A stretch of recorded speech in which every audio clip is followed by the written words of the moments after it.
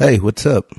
Welcome to the Cool Kids Table podcast. This episode is brought to you by you, the listener. Thanks for making it happen.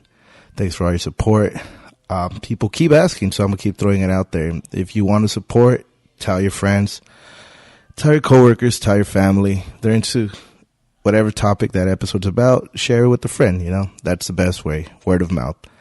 Our social media on Instagram and Facebook, you can find us at the Cool Kids Table Podcast. On Twitter, the Cool Kids Table Pod. On YouTube, the Cool Kids Table Podcast. Whatever's easier for you, whatever works best, the support comes the same way. Appreciate all of that. Oh, this is a good one, but listener discretion is advised. We talk about some ugly, nasty, horrific events. So if you put on the podcast to clean your house and you have a small kid or children around, this is not one of those episodes. This is for you to listen, headphones or where it's secluded when children are not going to hear it. Not safe for work. I think I tagged it just because you don't want people hearing this, overhearing it. You want to do it on your own private terms. So, especially with kids, they don't need to hear all this stuff. I know a lot of people put the podcast on while they commute, while they drive the kids to school and all that, not this one. If you're listening right now, just pause it. If you have any kids around you or will have kids around you, save it for later. It's a great episode, but just not suitable for children. Listener discretion is advised. That being said, my guest today is my friend, Phillip Sanchez. Phillip is an all-around great dude. We'll get into it in the podcast. I could bring him on to talk about whiskey, baseball, fantasy baseball, family, religion, science. There's so many subjects that me and him talk about. But as you'll hear, one thing we had in common that we didn't know about each other is that we're both really into serial killers. And, started through a Facebook post, and it's crazy that, this conversation took 11 months to make it happen, but when it finally did, he came prepared. This is a real good episode. Sit down, get comfortable, because you won't want to, once you start, you won't stop. We joke about how when you talk about horrific things, you have to kind of talk about something different to settle the mind. So after that, we talk a little bit about science and all that, so it's a little interesting. It's a little long, but it's great from beginning to end. His brother, David Sanchez, makes a cameo too. So shout out to David. And, it's going to be, it's a long one, but you're going to enjoy it. So, not suitable for children. Listener discretion is advised.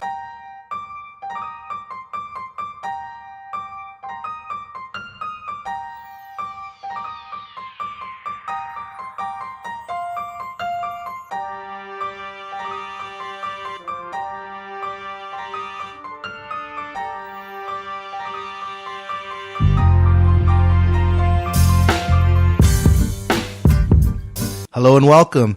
So my guest today is Phillip Sanchez. Phillip, we've been trying to set this up for a long, long time. Welcome to the table. Thanks for having me, man. Yeah, this is a conversation that was supposed to happen about a year ago. But just never did. We've met, in between that time, but we just, we never sat down and had some beers and talked about what we're going to talk about. So, here we are. Let's do it. You're an interesting guy. So why don't you give a quick introduction, about your life, just so that we don't just jump into everything. Share a little bit about yourself. A little bit about myself. After high school, I guess everyone, people that are going to start listening to this podcast, may have known me from high school. But after high school, just went to college and continued and furthered my education type of deal. Hustled it out, just studied my ass off and got my degree and things like that. And now I'm married and have two daughters, and it's awesome. Having kids is a crazy experience. It's a rewarding experience, a tough one, but it's good, man. So I'm married with two kids and working down in Century City, taking those drives all the way there and back, working for a securities firm. Investing in stocks and stuff for business and companies. And So yeah, that's pretty much what I do right now. And in free time, do fantasy baseball or, drink beer, craft beer, and just hang out, play video games with my brother, some FIFA late night, and beat some people online or get our asses kicked, whichever one happens, you never know. But And just a quick intro, David Sanchez is also here. David, why do you say what's up? Hey, what's up, guys? All right.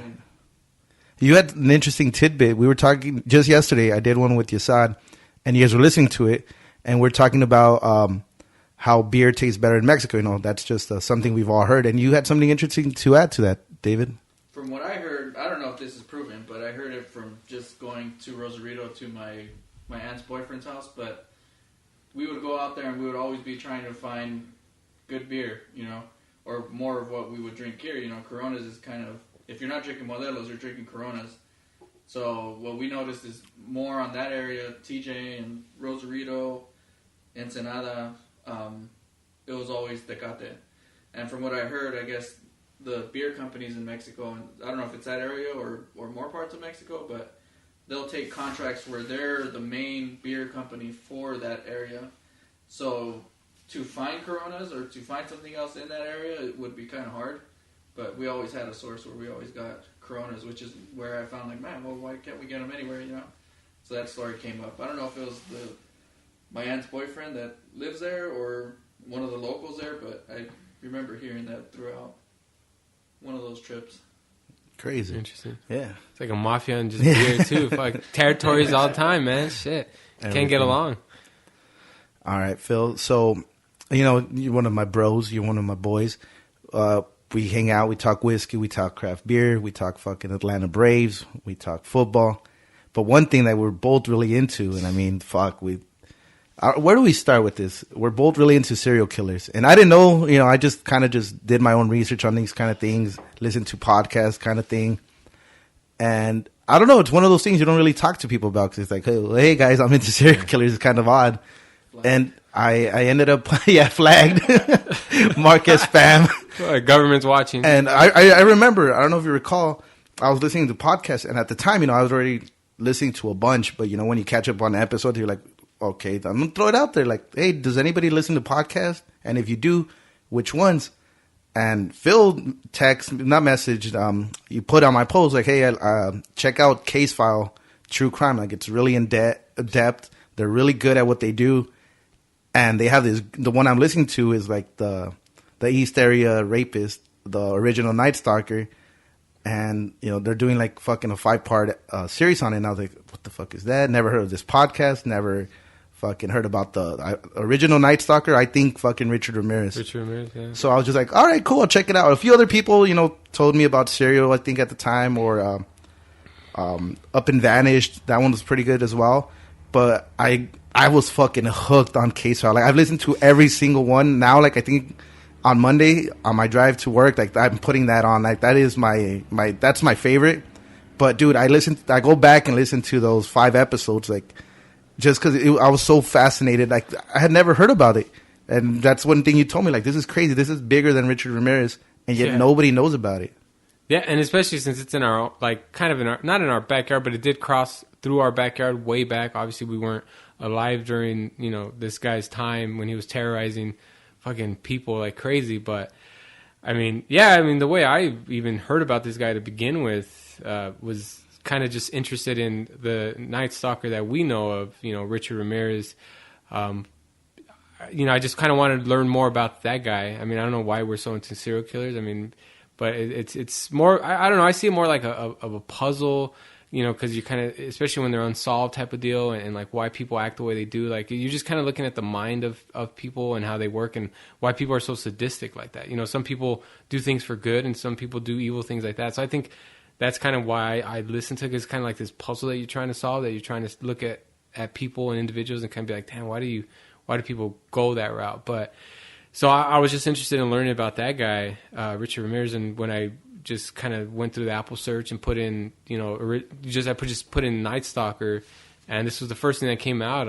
It was on the Case File. I had never heard anything about Case File, and I just started the 5-part series, and then I quickly found out that this wasn't the same guy that I was searching for.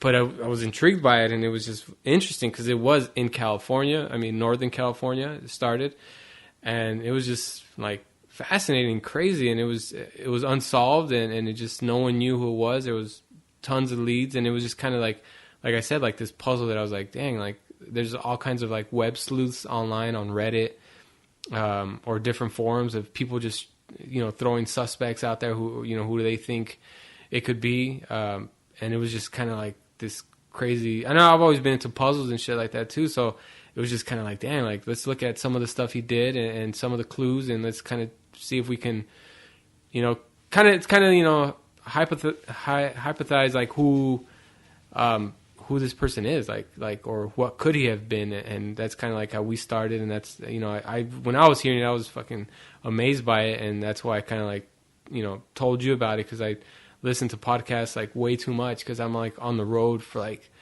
about 2 to 3 hours a day, and the radio has too many commercials, so I just gravitate towards podcasts and listen to a ton of them. So if anyone has recommendations, shoot them at me.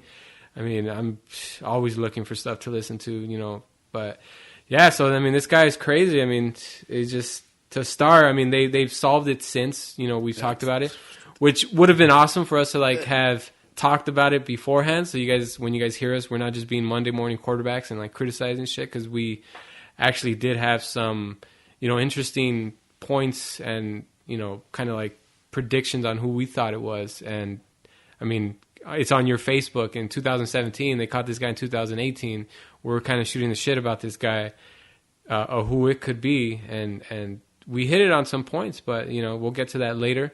But like to start, I mean, this guy, he started way back, and I mean, they connected the dots, but he started as like a ransacker. He would in the Visalia area up north, and he would just go into people's houses and kind of like look for shit and kind of like rummage through their belongings and steal stuff. Never really did anything, but then he ended up shooting someone, and then that kind of ended that, and he took off, and that was the end for that I guess that name, the Visalia ransacker, and no one ever heard about him again. And then up north is when it all started with when he was coined the East Area Rapist. He was just like burglarizing places. He would just, storm into places, and not really storm in because he did a lot of research before he even went in. Like he stalked people, and once he kind of picked the target, he just kind of like got their patterns down, and he would come in and rape women. And at first he started with just raping women that were by themselves, that he knew they were by themselves. So, I mean, this guy was very meticulous and took his time and really did his research. I mean, he should have applied it to something else, more like, something more beneficial to society. But fuck, I mean, this guy used it all for that. And so, yeah, he would come in and just rape women and storm out and just went on his next attack. And, I mean, he raped, I don't know, like 50 women overall, which is freaking insane. And the craziest part about it is like he did it like in short spurts at times, and he teased with the police, and he was like in the same area. It's like if he was attacking like in Almani and Baldwin Park, and I don't know, like West Covina area, like, and he's just going back and forth, and you're just kind of like, what the hell's going on? Like, when's he coming around here? People were staying up at night, sleeping with guns under their pillows, type of shit. Like, I mean, imagine that, like in this time. I mean, obviously it wouldn't happen this time because there's, people got cameras and social media, and like the word gets out fast. But back in those times when you had to call an operator to then get to 911, it was a whole different time. So it's like, I could just imagine. And I think that's one thing too, that why we gravitate towards serial killers, and a lot of people do, is like the same reason we watch scary movies. Like we like to get scared for some reason, but this shit's like more real. I mean, people are fascinated by serial killer movies, and people go watch them. I mean, it's sad that these serial killers become notorious, but it is what it is. I mean, people are just fascinated by this type of topic, and it's just crazy. And yeah, it's pretty insane. One thing, like you were saying, it wouldn't happen like in this day and age, but it still does, right? We just one thing we talked on the phone the other day is like, we don't know which ones are active right now. We'll hear the evidence in 5-10 years about so-and-so got raped, because like even back then the police departments didn't work together. So they say, for example, you said Almani, Baldwin Park, there's 3 rapes over here in this city, 3 over here. Like, they don't connect the dots because they're not telling each other, hey, this is going on. Like, it's just, oh, we have 3 random rapes and we have 3 random rapes. At the time, at the DMV, you can just go and say, hey, I found this license plate. Like, give me their address. And they would. And it's crazy, like, when you think about, like, that's why, you know, when it says, like, wet paint don't touch, there's a sign there because somebody went and touched it. So now you see the sign there, and you're like, we shouldn't do that. We should put a sign. The same thing with the DMV. Like, you know, to me, it's crazy. You know, you just say, I know this license plate, give me their address. And now you have the address for some fucking, you know, these stalker guys. The pretty girl they saw at a dance, the fucking somebody at the grocery store. And they would follow them home. And simple, you know, they have all their information. Then, you know, like, he was very, very, very, very intelligent. So he knew what he was doing. Like you said, he only went after single women at the beginning. So he would stalk them, call, and when, like, he would see that no men ever answered, nobody else but them. So he knew, okay, they live alone. Okay, around 10 p.m. every night, they answer the phone. She's by herself every night. So he would, like, strategize and be like, this is effective. The neighbors, and then just the way he would attack. California is very populated, but back then these were all small communities. There was always an escape. Like, he would not attack unless there was a great escape, a park behind, like, fucking, literally in the backyard. Canals. A canal, a riverbed, anything where he could just escape in seconds. He would park down the street. Well, now we know, you know, looking back. Yeah. He would park down the street and ride a bike to his fucking place of attack. And it's just, you know, like you said, like, dude, this is all very, very planned out. He fucked with the police. He would fuck with the victims even after. He'd call them and, you know, just terrorize them. It's fucking ugly, but like you said, I find it fascinating. No. This one. Okay. The originals, the original Night Stalkers. I didn't even know that, you know, like, hearing it on Case File, I remember just listening to, like, the first episode. I said, what the fuck is this? Like, I know about fucking Ted Bundy, Richard Ramirez, you know, like, the big famous ones. And I was like, I literally had to go back and listen to the first one again. I was like, dude, there's so much information, so much to process. It's so ugly, but yet you just keep listening to it. Or at least I did, you know, like, so a few people I recommended to do, I can't listen to that shit. Cause they tell me, like, what podcast do you like? I'd be like, Case File, dude. Like, oh, which was your favorite episode? Start here. You'll love it. And they're like, dude, I cannot listen to that shit. And, you know, some people can't.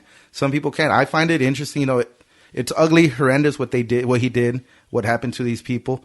But at the same time, it's kind of like they're a human being. They're capable of this. Like, what the fuck's going on in their head that, you know, like, that they can do that and just go along with their lives. And I don't know, man. I listened to it like maybe 2-3 months ago again. Like, just like, I'm like, dude, this is crazy. I need to listen. I haven't heard. Oh, dude, you're gonna be intrigued for sure. I listened to it just this week and a little bit of last week just to kind of like retouch on kind of, because there's just so many details and so many attacks that, you know, from the last time I heard it like a year ago, if I didn't go back and listen to it, I'd probably like mix certain facts about certain things and it would be inaccurate. So, you know, I took this serious and I said, I'm going to do the research and really listen to it. And I mean, this type of topic, it's, for me, I mean, it's kind of like I take a little bites of it, you know, like I'll listen to one case and then I'm like, whoa, you know, just floored by all the fucking evil out there. And then you just have to listen to like a stupid sports podcast, just kind of like flush your mind out and just kind of get on level ground. But I mean, I like when you watch a scary movie and you go watch cartoons, so like your mind's on something else. Yeah, so you can fall asleep. Yeah, I mean, so I do that a lot because it's just kind of like, it can get you depressed, man. Just listen to this shit, and it gets you like in a dark mood after you hear it. And I mean, the guy does a great job. Podcast. I mean, it's called Case Files, and you should check it out. EARONS, Earons, East Area Rapist, Original Night Stalker. It's about case in the 50s. I think 55. Yeah, 53 to 50 something. But you should check it out definitely after this. Like, really check it out. It's crazy, man. But so it's just, we'll get to like kind of like, I mean, we won't tell you who he was if you haven't heard about it yet, but we'll get to that, kind of build it up a little bit. But it was just, you know, it's a crazy case. Like I said, he started raping women, just single women like that, and the police just didn't know, you know, what was going on, and they couldn't find this guy, and you know, they had people out there just kind of searching for him, and they would have patrol, and just could not find this guy. It's like he was just on top of it. This guy was just smarter and just, you know, just knew what was going on and did his research. And then it slowly escalated from there, from where he was just like raping women and yeah, it was. You want to add to that?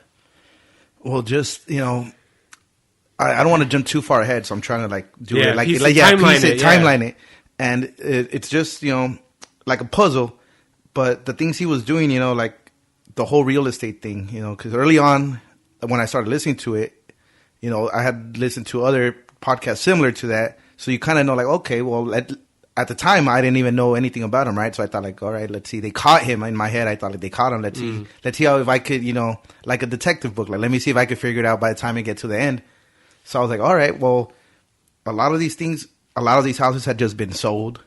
It was near, like, a Navy base. And I was like, all right, so maybe he's early on, I was like, this guy's either a real estate agent or he's, like, flipping houses, that kind of thing. He's an investor of some sort.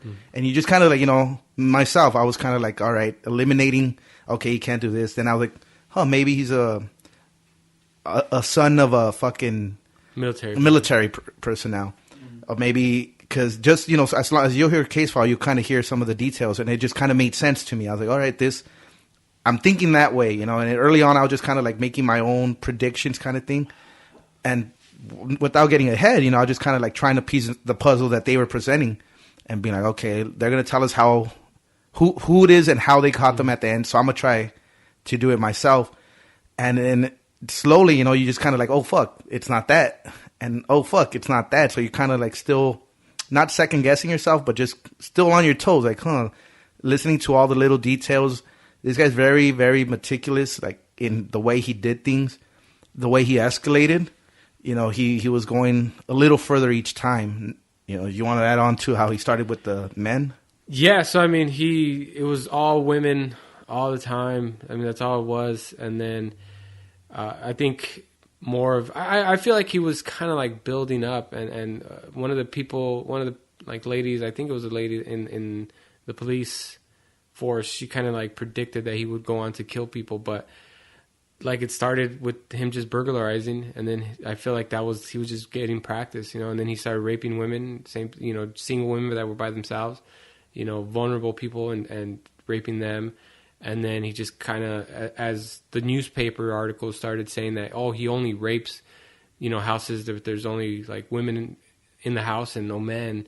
And like he was reading the newspapers, he knew what was going on, and he saw it as a challenge.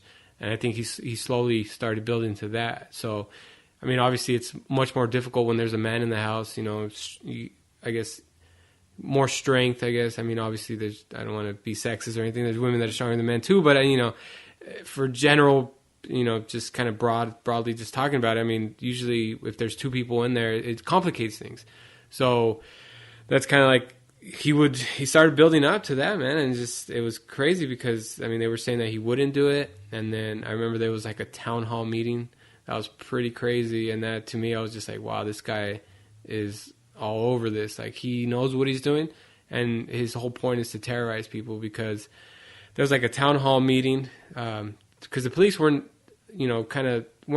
releasing too much information to the public because they didn't want to scare them. They didn't want any copycat killers or copycat people to start doing the same crimes.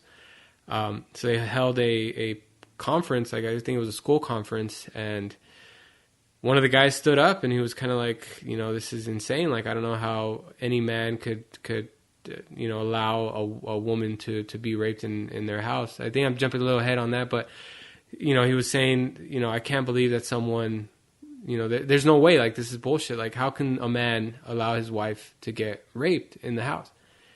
And sure enough, I mean, the crazy part about it is that a few attacks later, I mean, he was attacked. I mean, he was tied up. He was an Italian man. He was tied up, and his wife was raped. So it's kind of like either he was in there or he heard about what happened in there. And, I mean, they still haven't really piece together if he was in there or not, this person who was a suspect. But that's just insane, man. I mean, imagine how much more scared you are. Like, you can't even talk shit about this guy because then he's going to come after you. Like, he's the boogeyman extreme, like this guy's talking smack, saying, trying to just rile up the people in there or trying to be a tough guy or whatever. I don't know what was going on. and then you get attacked. It's like, if anyone else has something to say, like, I bet you just shut up. Like, I wouldn't even say anything. I'd keep it to myself, because I wouldn't want to put myself or my family, in that situation. So that was crazy that he did that. That was a crazy attack. Do you want to say how he would do the whole process when the male was present? Like his... Yeah. So, I mean, when the male was present, I mean, he would obviously, like, start with them and, like, point the gun at them and kind of have the wife tie a knot on tie the man's hands behind his back with strips of cloth or whatever he had, and, tie the man up, and then he would tie the woman up, and then he would go back and make sure that the knots were tight on the man, and he would just kind of, like, seclude the man and put him in one room and take the woman and put her in another room, and put, like, cups and plates on top of the guy's back, so that he knew if that guy moved, then he knew to go back. So he told him, if any of these cups fall, like, I'm gonna kill you and your wife. And he would always, talk with, like, clenched teeth and to hide his actual voice. But yeah, like, he would do that and then rape the women, and then he would go and, like, grab something to eat randomly in the person's house, which is weird. He'd drink some beer. And then, he would just rummage through their stuff and then go back and rape the woman again, and then go back and, do his thing. And he took his time in there. Like, he wasn't scared of anything. He just kind of owned the situation. He had done his research to know that there was no one else in the house, and that there was no one going to be, calling or going after him. I mean, there was a few close scares that we'll get to, but I mean, that's crazy. I mean, you're laying on your front, you're laying your stomach down, and you got plates on your back, and your wife or girlfriend is getting raped in the other room, and you just kind of can't do anything about it. Like, because if you try to defend her, then she's going to get killed. So not only has she gotten raped, but now she's dead, and then you're probably dead. And if you have kids in there, then, you just kind of don't know what's going to happen. So, I mean, I can just imagine how helpless, that feeling is, just kind of lying there and not doing anything. And the thing too is, he would lie to them and say, I'm not here for anything. I just want to I just need money. Where's your money? And he would go into to get money, but he didn't need any of that stuff, because there was a lot of high valuable items, like, expensive jewelry that just wasn't taken, because that's not what he was there for. Like, he was there to terrorize. He was there to rape women and get off. He got off on that for some reason. And that's what he did. Like, it was crazy. So that he went from, raping single women that were there by themselves, and then started doing couples, to elevate his crime and kind of gain notoriety in that way. And that's when, like, the police started really, like, going on the lookout and, like, releasing articles about him and sketches and people that look similar, composite sketches, which, I mean, we've looked at them and they look totally different. So I don't know how people are supposed to, like, really get anything from that. But I mean, it's hard to resketch something. So people just didn't know who this guy was. And this, it was crazy. I mean, what they say, they said that one of the, I guess it was always funny to hear it. And that he just had, like, he was very small down there. Like, he was not well endowed. He had a tiny penis. Yeah, that's what the cops would say. Like, small dick. And it's. I mean, I don't know if it was cold out or if, maybe he wasn't. I don't know. It's crazy. I mean, maybe. I mean, it obviously that's what turned him on, so that's what he did. But I mean, it was just something that everyone pointed out. Like, and that's pretty crazy. I mean, it's funny in its own right, but at the end of the day, it's not. But yeah, that was like one of the weird details. It was just kind of like, what the hell? Yeah, like, they bring it up after. They bring it up, yeah. So I mean, but did they say that because they got raped, or did they say that just? No, because they would say, like, describe him or whatever. So they say, oh, hey, he had a ski mask, he did this, he had gloves on, so I didn't see. Was he hairy or whatever? I wondered. He had a small dick. Like, that was after every case. Like, they would always say, not after every case, but the police report. They'd say, like, any detail, anything you could give us, like, any fucking. His eyes were dark. Anything you could give us, and they're like, "Oh, he had a small dick." Like, every single one was that was like their thing, Small and rapist. Yeah, and that was kind of weird, or that was kind of like one of those things that you just take you back a little bit when you heard that. I was like, are they making jokes or I listened to another podcast, and they said that was just what's it called, the false flag, just to kind of rile him up, kind of thing. See, what's it called? To kind of get him off his game, probably, yeah, right? yeah. I don't remember the name of that podcast. It wasn't very good, so I don't want to even say it. But it was interesting because they did their own 10-part, but it was like an hour long, about like the history, the leading up to it, and then the post, after it had already been solved or whatever. And it was just different because it had a lot of little details, stuff like that where like in case file they don't talk about it being a false flag, but that's after the fact. So I found that out. I was like, oh, that's that's pretty interesting. I thought he had a small dick, but I guess he was average. Yeah, yeah. I mean, we'll never know because we. Yeah, I don't care to investigate. Yeah, that's where my investigation stops. A question be asked to. That was just funny because they would bring it up after like, oh yeah, like how would you describe him? And they would say it or whatever. Yeah, and another thing that they would describe a lot of the time, and it makes sense later on, and that's kind of like a piece of the puzzle that I feel like the investigators could have looked into more. I mean, but at the same time, like I don't want to play Monday morning quarterback and criticize people for not doing their job a certain way. But a lot of the victims said he had like a weird smell to him. Like it was like people thought he was sick. Like maybe he had like some type of disease, or it was like a very, like a pungent, acidic kind of smell, and it wasn't just bad odor in itself. It was like it was something weird, like a weird smell. So I mean, it comes up later, but I mean, they just didn't know what it was. So they kind of just thought that he just had bad odor. I mean, and one of the things too that kind of this guy, why he was kind of like smart, or I saw that he was intelligent in all the wrong reasons, but like he knew to mislead police. Like there was a lot of misleads that he kind of like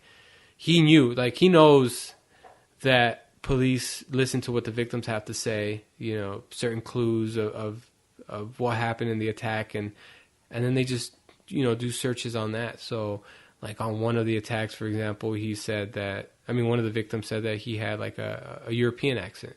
So now they're looking at now the police are like on this wild goose chase trying to find let's see what Europeans live in the area. Like let's search them, and then maybe they're the possible leads that kind of like deterring them from himself. And one time they said he had like a Mexican accent, and then another victim said he had like a stutter, like things like that every victim would pick up individually. Like if you heard this guy come in, like you would pick up a stutter, or you would pick up a European or Mexican accent. So why didn't that come up more frequent? But it was more like that would come up in one case and it wouldn't come up in any of the other ones. I mean, he walked with a limp in one of them, and that threw people off on that. I mean, he was just, as a policeman, where do you even go like with that? And how do you narrow it down? Like yeah. what do you know is a legit clue and what's not? I mean, this guy was smart, and then he told one of the victims like, oh, you better not tell the police that I have a white van parked outside.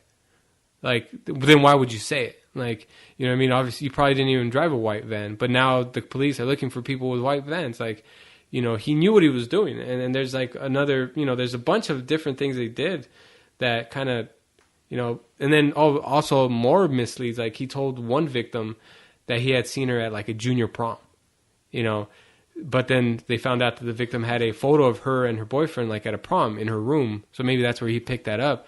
But now they're looking at, oh, well, if he saw her at a junior prom, then he must be in like the high school range. And at the time, they're like, he's from 18 to 30. That's a wide net. Like that's a lot of people.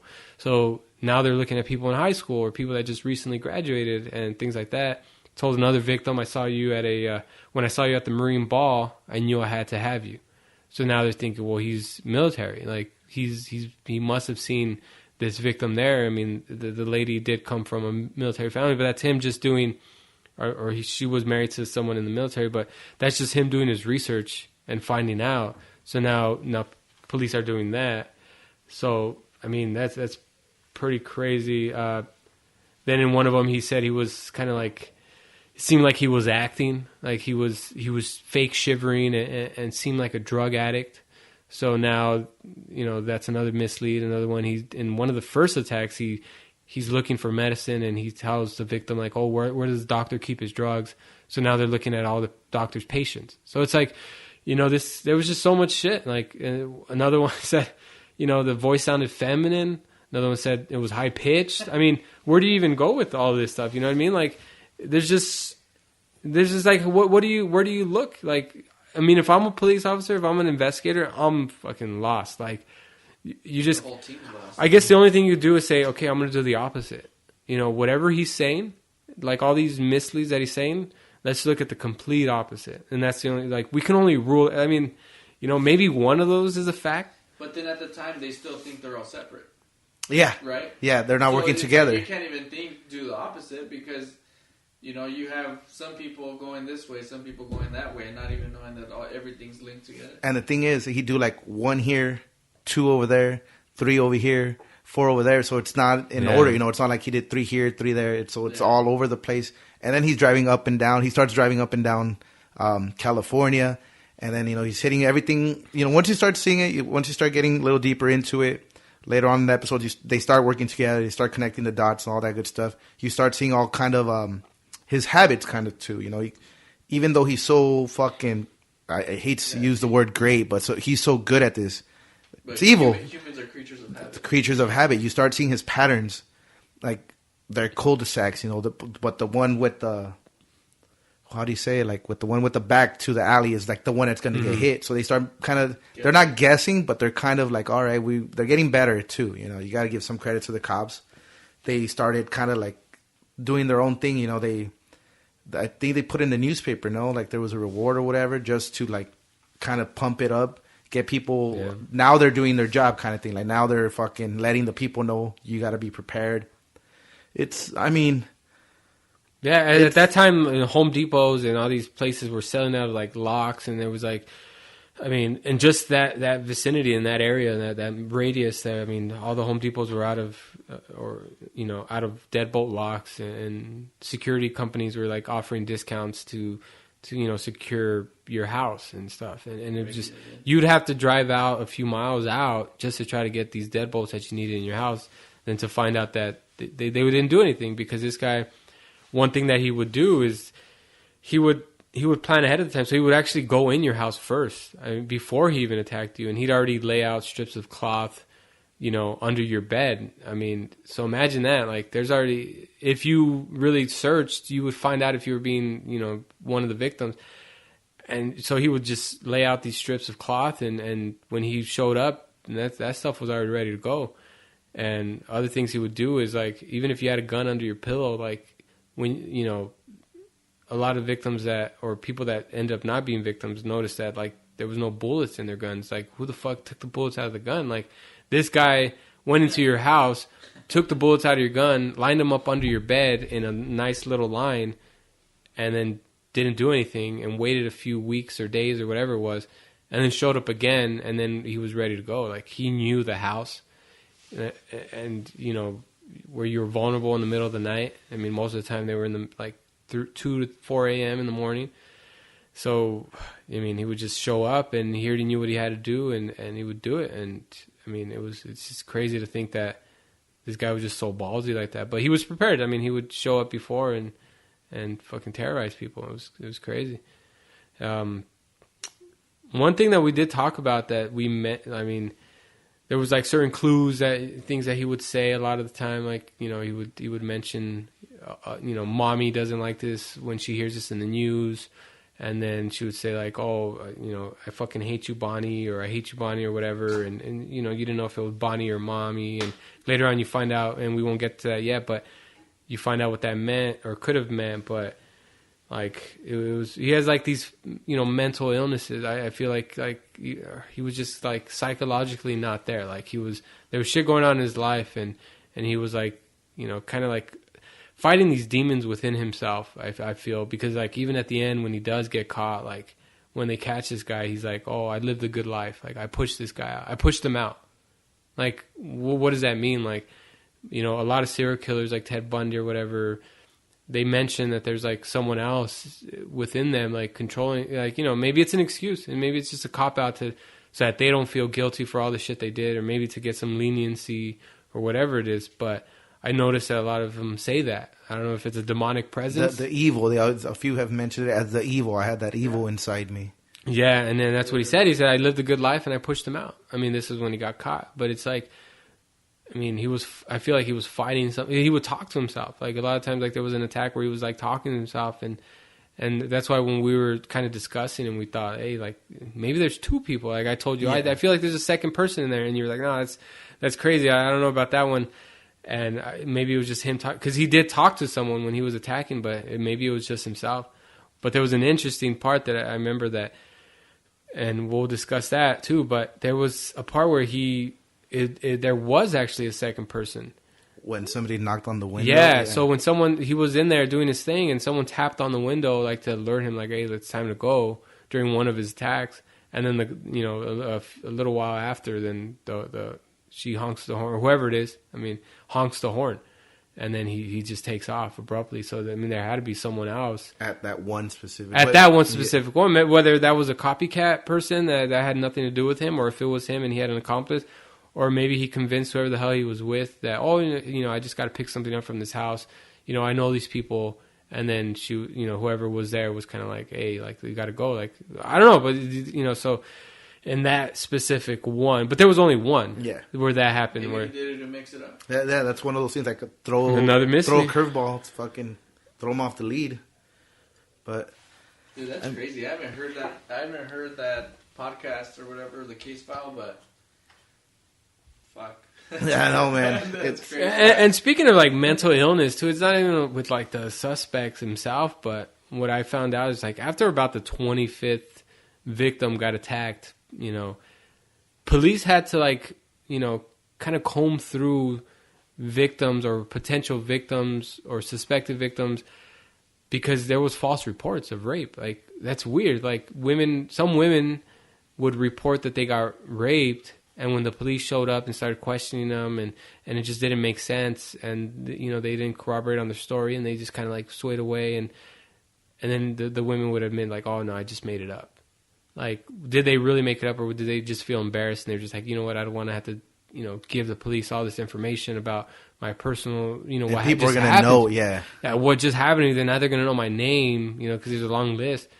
But there was a lot of women that, a few women that said, "Oh no, I was just lying," and it's like, why? I mean, to me, I just thought like, why would you lie about something like that? Maybe it's the same reason why people would follow Charles Manson or whoever. Like, it's just this weird innate feeling to like, I don't know, like to belong, be a part of something. Yeah, I knew a girl, kind of going back to the Richard Ramirez thing. You're kind of saying that stuff, but there was a girl that I knew that would always write to Richard Ramirez while he was in jail recently, maybe like 5-10 years ago. I don't remember exactly when, but she kept writing to him to try to be like a pen pal, and I believe he started writing back to her. So as far as like what she would tell him or any of that, I don't know, but the fact that, that was actual. No, they have fans. Like, Ted Bundy had hundreds of people sending him letters. Like, people are fascinated by this, but they're still like... Yeah, and they're going back and forth. And it was like why, but yeah, like you said, it's fans, but at the same time, it's like, you start thinking, like, in a way, like, you're kind of crazy like these people are, like, to even, I don't know. Yeah, to think that that's safe, Yeah, or there's no reason for it. Like, it doesn't make any sense to want to associate yourself with something so sadistic. So sadistic. Maybe some people are into that too. I don't know. Kind of like how we are into talking about it, listening to it. Maybe they just go a little further than that. Yeah, a little bit, a little too much for me. So so that happened. When he was we were at where they were. So then he started attacking when males were present with everything he was doing with the cups and everything, and then he shot at a kid. Like, he actually shot at someone that, but it seemed like the dad and the son kind of like saw him prowling, looking at someone's house, and they chased him down, and the guy ran, and it was an athletic. The suspect was very athletic, very fit. He was about 5'9" to 5'11", somewhere in that range. And he would just jump fences like crazy. So they were just like chasing him down. And when the kid actually jumped over, he shot the guy. He shot him in the stomach, and he didn't kill him, but he was badly wounded, and he survived and everything. But now it was a whole different level. Like, this guy's ready to shoot. He's strapped, and he's ready to, if he feels like he's cornered, he'll shoot. He'll kill a policeman if he has to. I mean, he's at that point. You know, you've already got shot a kid. Yeah, he shot a kid. You've already got enough crimes under your belt where you're going to jail for a long time anyway. So what's a shooting? You know, what's a murder or whatever? You know, now he's got attempted murder, and then he went on to start actually killing people, and that was pretty crazy. But I remember. So talking about we kind of theories we had, before we dive, kind of say what actually did happen. I mean, some theories that we did have, obviously the real estate person and someone that had access to multiple cars, because there was you would see a bunch of different cars. Like someone would point out there was a silver car or a green car or a yellow car. Or there was just a bunch of different cars that, obviously someone doesn't have access to all those cars. So we started looking at that too. So, I mean, I remember when we were talking about it, I said, dude, this guy's just fucking ahead of it. This guy just kind of knows too much. He's too good. Most of the time, these cases are pretty, cut and dry. They're pretty easy to figure out. For the majority of these cases, they look at, the victim, that someone passed away, someone that was murdered, and you see oh, did this person have any rifts with other people, and then you kind of slowly tie it together and you find out that it was this ex-coworker or a family member. Business partner. Yeah, that felt like they got, shaded out of some money. And yeah, so that happened a lot. Where was I going with that? Fuck.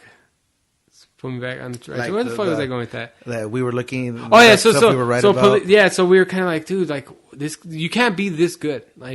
There's something going on. And I remember telling you, dude, this guy is a fucking... I strongly feel that this guy either has ties in law enforcement or he's law enforcement himself. Because he's just too good. He just knows too much. And then when we started discussing that, there was a few cases or a few incidents that happened that we were these 3 or 4 things kind of that cemented our position, to say, no, how the hell does this guy know this? And the first one is that 7-Eleven. That 7-Eleven was not the nail in the coffin, but that was putting the nail. You're going to start hammering, for me at least, on law enforcement. Yeah, so, I mean, that one was crazy. I mean, so a liquor store owner, 7-Eleven liquor store owner, tells the police, there's this guy that keeps coming in. That comes in regularly. He's a regular customer, comes in, and he always goes to the back and looks at, the nude magazines, and he just kind of stays in there for a bit and then he takes off. So, he had already seen some of the composite sketches and kind of what this person looked like or his high in description. And so he called the cops and said, hey, this guy's here. So the cops, 2-man team went out and staked it out. One of them stayed in the car, kind of outside, outside of the 7-Eleven, because there's really only one point of entry and exit. So, you don't really need a whole squad. And then another one was inside a warehouse, or not a warehouse, but one of the storage rooms inside of the 7-Eleven, kind of just ready to rock and roll when shit went down, or when they were ready to kind of arrest this guy. And they were in there, and the officer that was inside, they were supposed to dress up as civilians, but this guy had his cop uniform on, and then on top of that, he had civilian uniform, but his cop uniform was visible. So he would pop in and out of wherever he was at, the storage room. He would pop out, kind of walk around the store, and then pop back into the storage room and hide a bit. And then he would just do that once in a while. And then the 7-Eleven owner got a phone call, and it was, sure enough, it was the East Area Rapist. And he calls him and he says, let me talk to the policeman in the back. And he's kind of what the hell? How does he know that there's a policeman in the back? And he's I know there's a pig in there. Let me talk to the policeman. And when he got the police guy on the phone, the police officer, the suspect just laughed or just chuckled and then just hung up. So it's that was one of the things how does this guy know that? And an interesting fact after that, I mean, you say, oh, how do you know that was actually him? Is that that suspect or that person never showed up to the 7-Eleven again after that. So that was the guy. I mean, why they don't have so close? Why they don't have cameras is fucking beyond me. Maybe on the 70s. Yeah, it's the 70s. So this happened in the 70s, from 76 to about 84, 80, 86 last attack, and so that that's maybe one of the reasons why they didn't have cameras. But that was one of those like, dude, so close, and it was a legit lead, and they just didn't fucking, they didn't execute, or not that they didn't execute, but it was just that he knew something. So that was one of the connections there, and another one that I saw, another like connection that kind of hinted me towards that, is that this guy would take off his gloves, during some of the attacks. He would attack the women, and he would take off his gloves and do what he had to do, do what he was there to do and terrorize. But then as soon as like police technology advanced to the fact where they can actually pull off fingerprints off of human skin, he never took off his gloves again.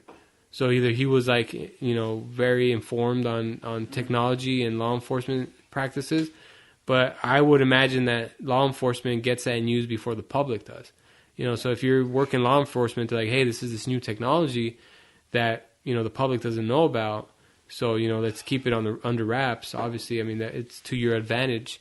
And, he just never took his gloves off again. So it's kind of like, that's another thing where you just kind of, that doesn't make sense. So that was another one. And then what else? There's one, let's see here.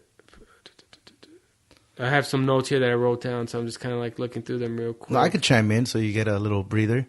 But just, in general, there was a few, people started doing like patrol, like walking around or whatever. And, I think there was one instance, like not a big one, where they saw like this random cop, cops were walking around in twos, or even because they knew he was armed. They knew he was ready to shoot. So they would walk around like in sets of two. And a few cops saw this guy walking around by himself, just like a random guy, like, hey, like everybody's walking in twos or threes, civilians are like the neighborhood watch kind of thing. They're walking around twos and threes, and everybody's like, there's this guy just walking by himself. And then there was still rapes going on. So it was like, this guy, I saw this guy, this is what he looked like. So what I told you at the time was like, he was probably in his cop uniform, still fucking, I guess, hunting, He was still staking out places, and he could get away with it just because he had that cop uniform. So if you were to see him, it was a legit uniform. He could bring out his badge and be like, oh, head home or whatever. And it was just, obviously in retrospect, we were probably right about that too. But it's not confirmed, but it was just one of those things where I was like, dude, this is big, because there was a few people that mentioned that they saw a person by himself. And it was just odd to see anybody out at 2 a.m, cop or not. Nobody was out by themselves. Yeah, and then like the other big police connection that kind of like that made me think it was him is there was an incident where two citizens near each other, they reported to police that it seemed like someone broke into their house. So like two different citizens said, hey, it seems like someone broke into our house. And in one of them, the man said, his gun had been moved and unloaded. So he notified the police and said, hey, like, there's some of these signs, like my gun was loaded and ready to, under my bed or under my pillow. And when I check it, like, it's not there anymore. Like, my gun has been moved, the bullets are under the bed or whatever. So they notify the police, like, hey, like, be on the lookout. I mean, if I'm a policeman and I hear that, I'm like, let's stake out that house for sure. Like, because this guy's going to eventually attack. If he's already done that, then why not? That's his MO? Yeah, that's his MO. It ties perfectly. Let's put a police car, undercover police car there every single night until he does attack, and then we'll fucking get this guy, And then the other citizen nearby said that she noticed like things were moved around in her house, and then when the cops investigated it, they saw some like footprints with the zigzags that he had on his shoes. They said that the criminal had these zigzag pattern on his shoes, so they saw that. And then they saw cigarette butts in the backyard where the suspect could like have a clear view of the victim and actually like see what they were doing and kind of like write down a schedule or something. But he had a clear view. There were cigarette butts right there, which is random.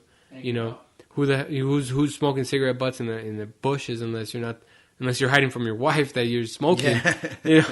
So the police were like, we're ready. Like, we've got two potential victims that we know we can stake out and catch this guy. And he never attacked those two properties.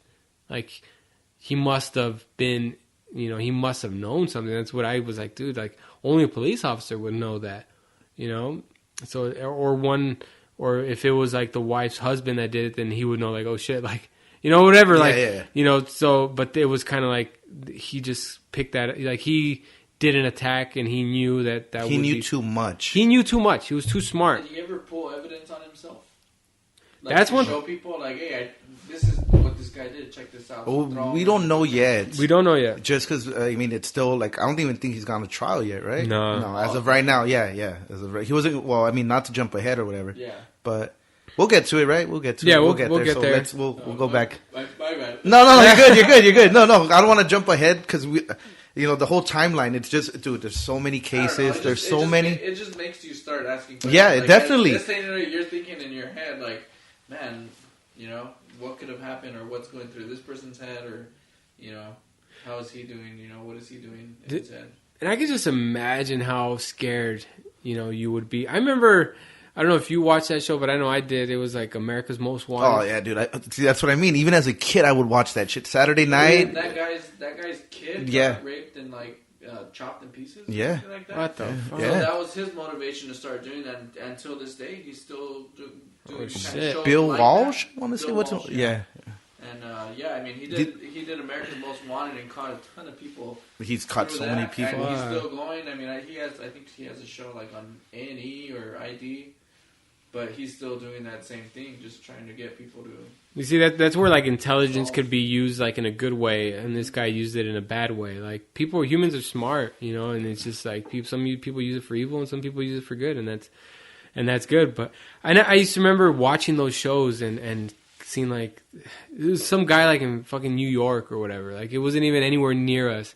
And they would show everything that he did, and this guy's one of America's 10 top most wanted. FBI $50,000 reward. And I couldn't even fucking sleep that night. Yeah. Like, I was like looking out my window, like I swore I saw this guy. Like, you know what I mean? Like, I was just scared out there. I'd be like, dude, like, this guy's still out there. Like, shit, like, I'm scared shitless.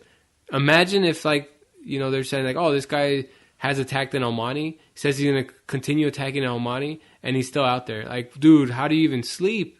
How do you, let's say, put yourself in that scenario. You work nights or whatever. You got to leave your wife at home with your kids. Like, what the fuck? Like, now you got to change your livelihood. Now you're over here calling your in-laws are sleeping with, at your house. Like, it changes everything, the whole city. And I mean, it's not just one city.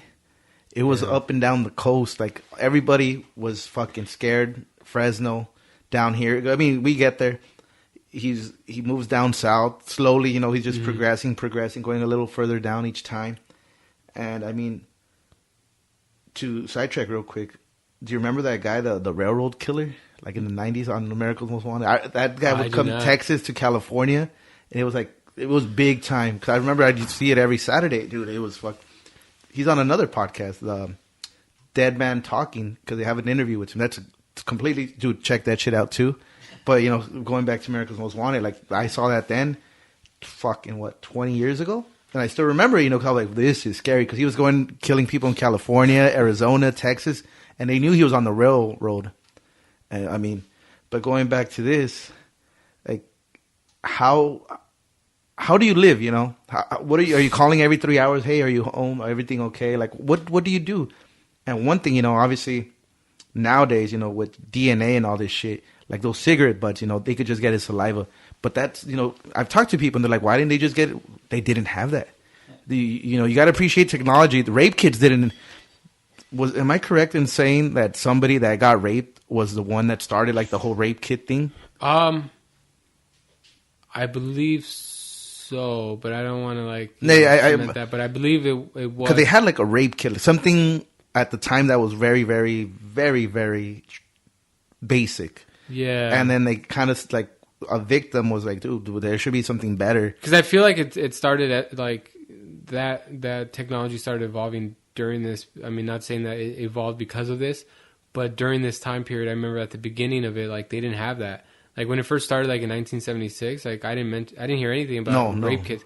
And then like as soon as it hit like 1977, 78, like there was like rape kits, and they would advise people not to like wash themselves off. Like some of the early victims, like after getting raped like that, what's your first instinct? I mean, to take a shower. I mean, you want to wash yourself out of even all if it's that psychologically, filth. yeah. You're just, I mean, you knew that there wasn't like any DNA that technology that could be tracked now, but these things last for years. Like the DNA that gets stored in 1977 can last like 20, 30 years. It's crazy. So it was smart on their part to go ahead and store this stuff because they knew, like, although we don't have the technology now, one day we may.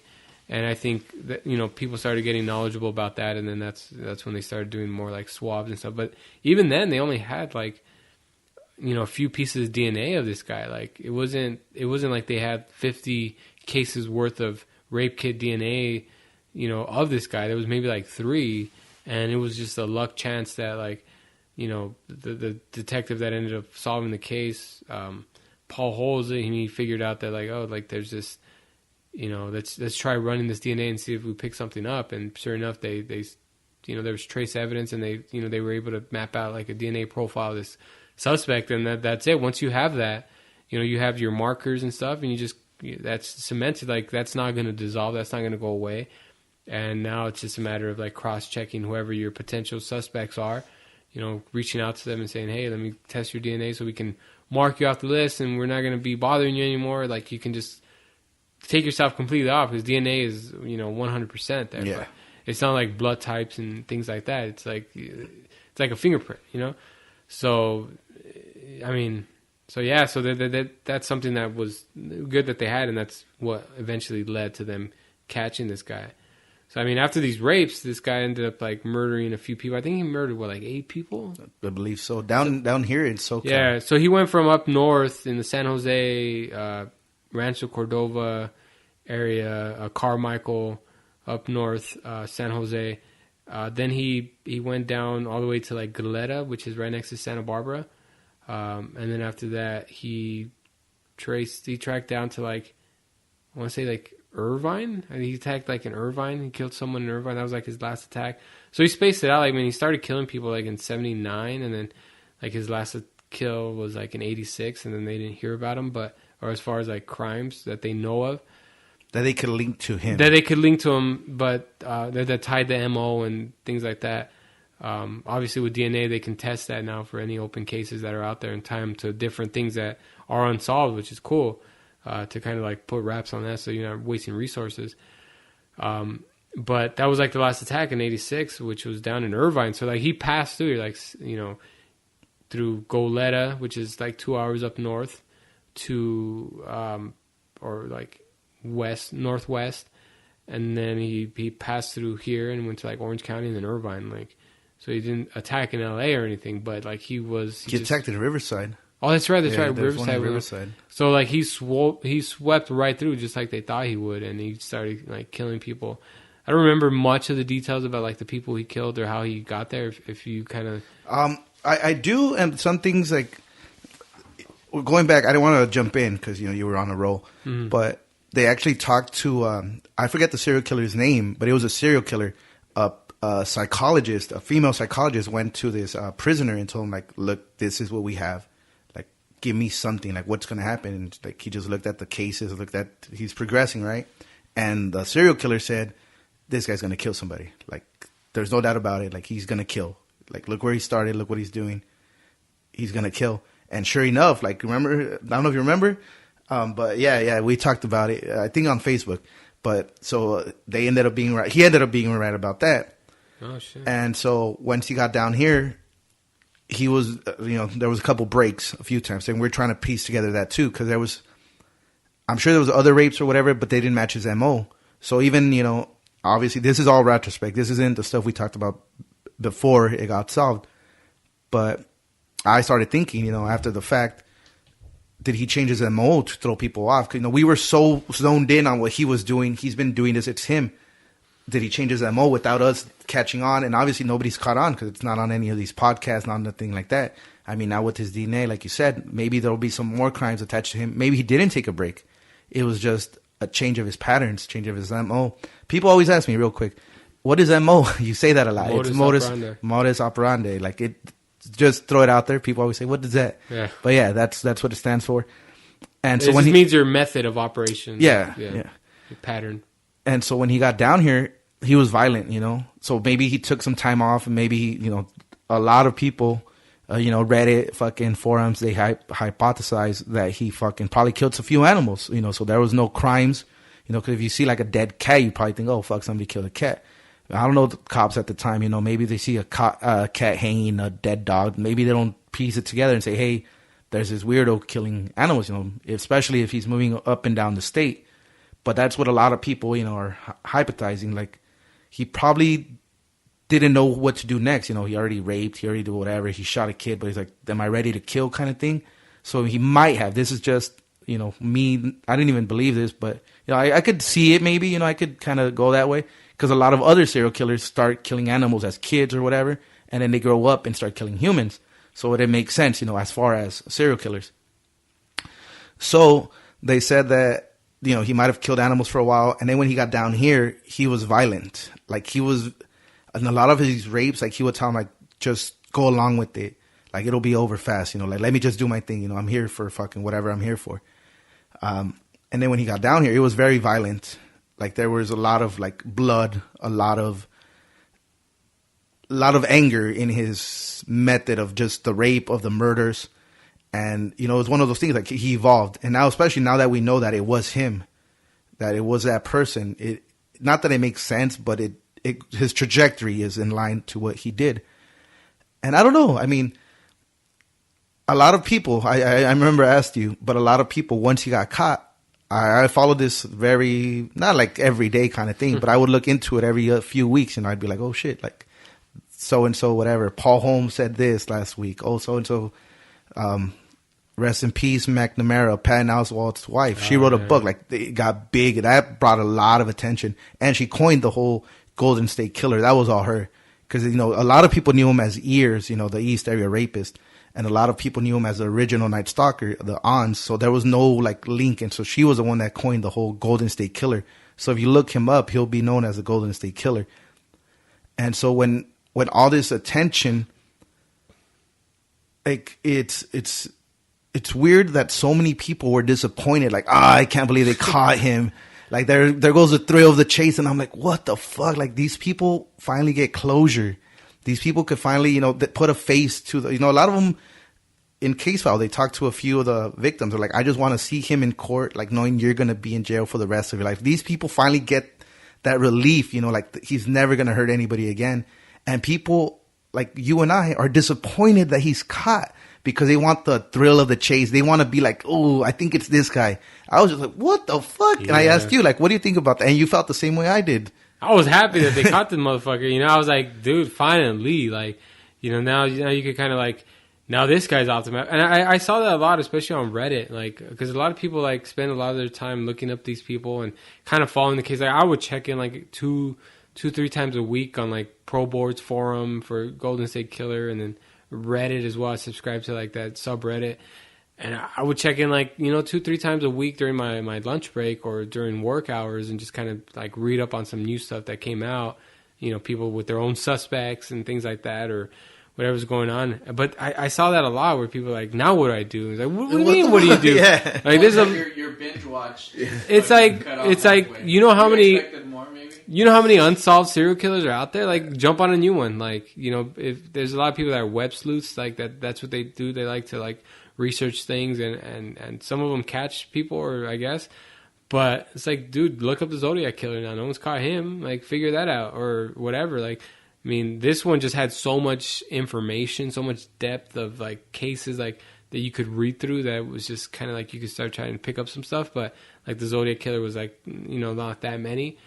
But there's other serial killers you can jump to if that's your thing. I mean, you know, just try to figure out. But I never felt like, you know, trying to solve a case like I did with this one. Like, I was actually like, and I remember one time right here at the El Monte's freaking Food for Less before they caught this guy, like literally like maybe like I want to say like a month or 2 weeks before they caught this guy. Like, just my own dumbass mind working, like, I was like, dude, this guy fits the description. You know? Like, why the hell would he be in El Monte? But like, he was just out of place. Like, I mean, El Monte's like primarily like Mexican American people, like, and there was this like Caucasian male guy, blonde hair, just walking around, kind of looked lost, just shopping for stuff. And I was like, oh, what the fuck? Like, this guy looks out of place, right? And no lie, he looked like some of the fucking sketches like that I saw. So I was kind of like, dude, this. And I remember like walking through the like, aisles and then like purposely walking through the aisle that he was in just to get a better glimpse. And he kind of looked like a little shady, you know what I mean? Like, and I was like, dude, what the hell? Like it was just, and then, I was just, it was just my imagination running and trying to like piece shit together. But then, I mean, obviously it wasn't him because he was nowhere near Almani.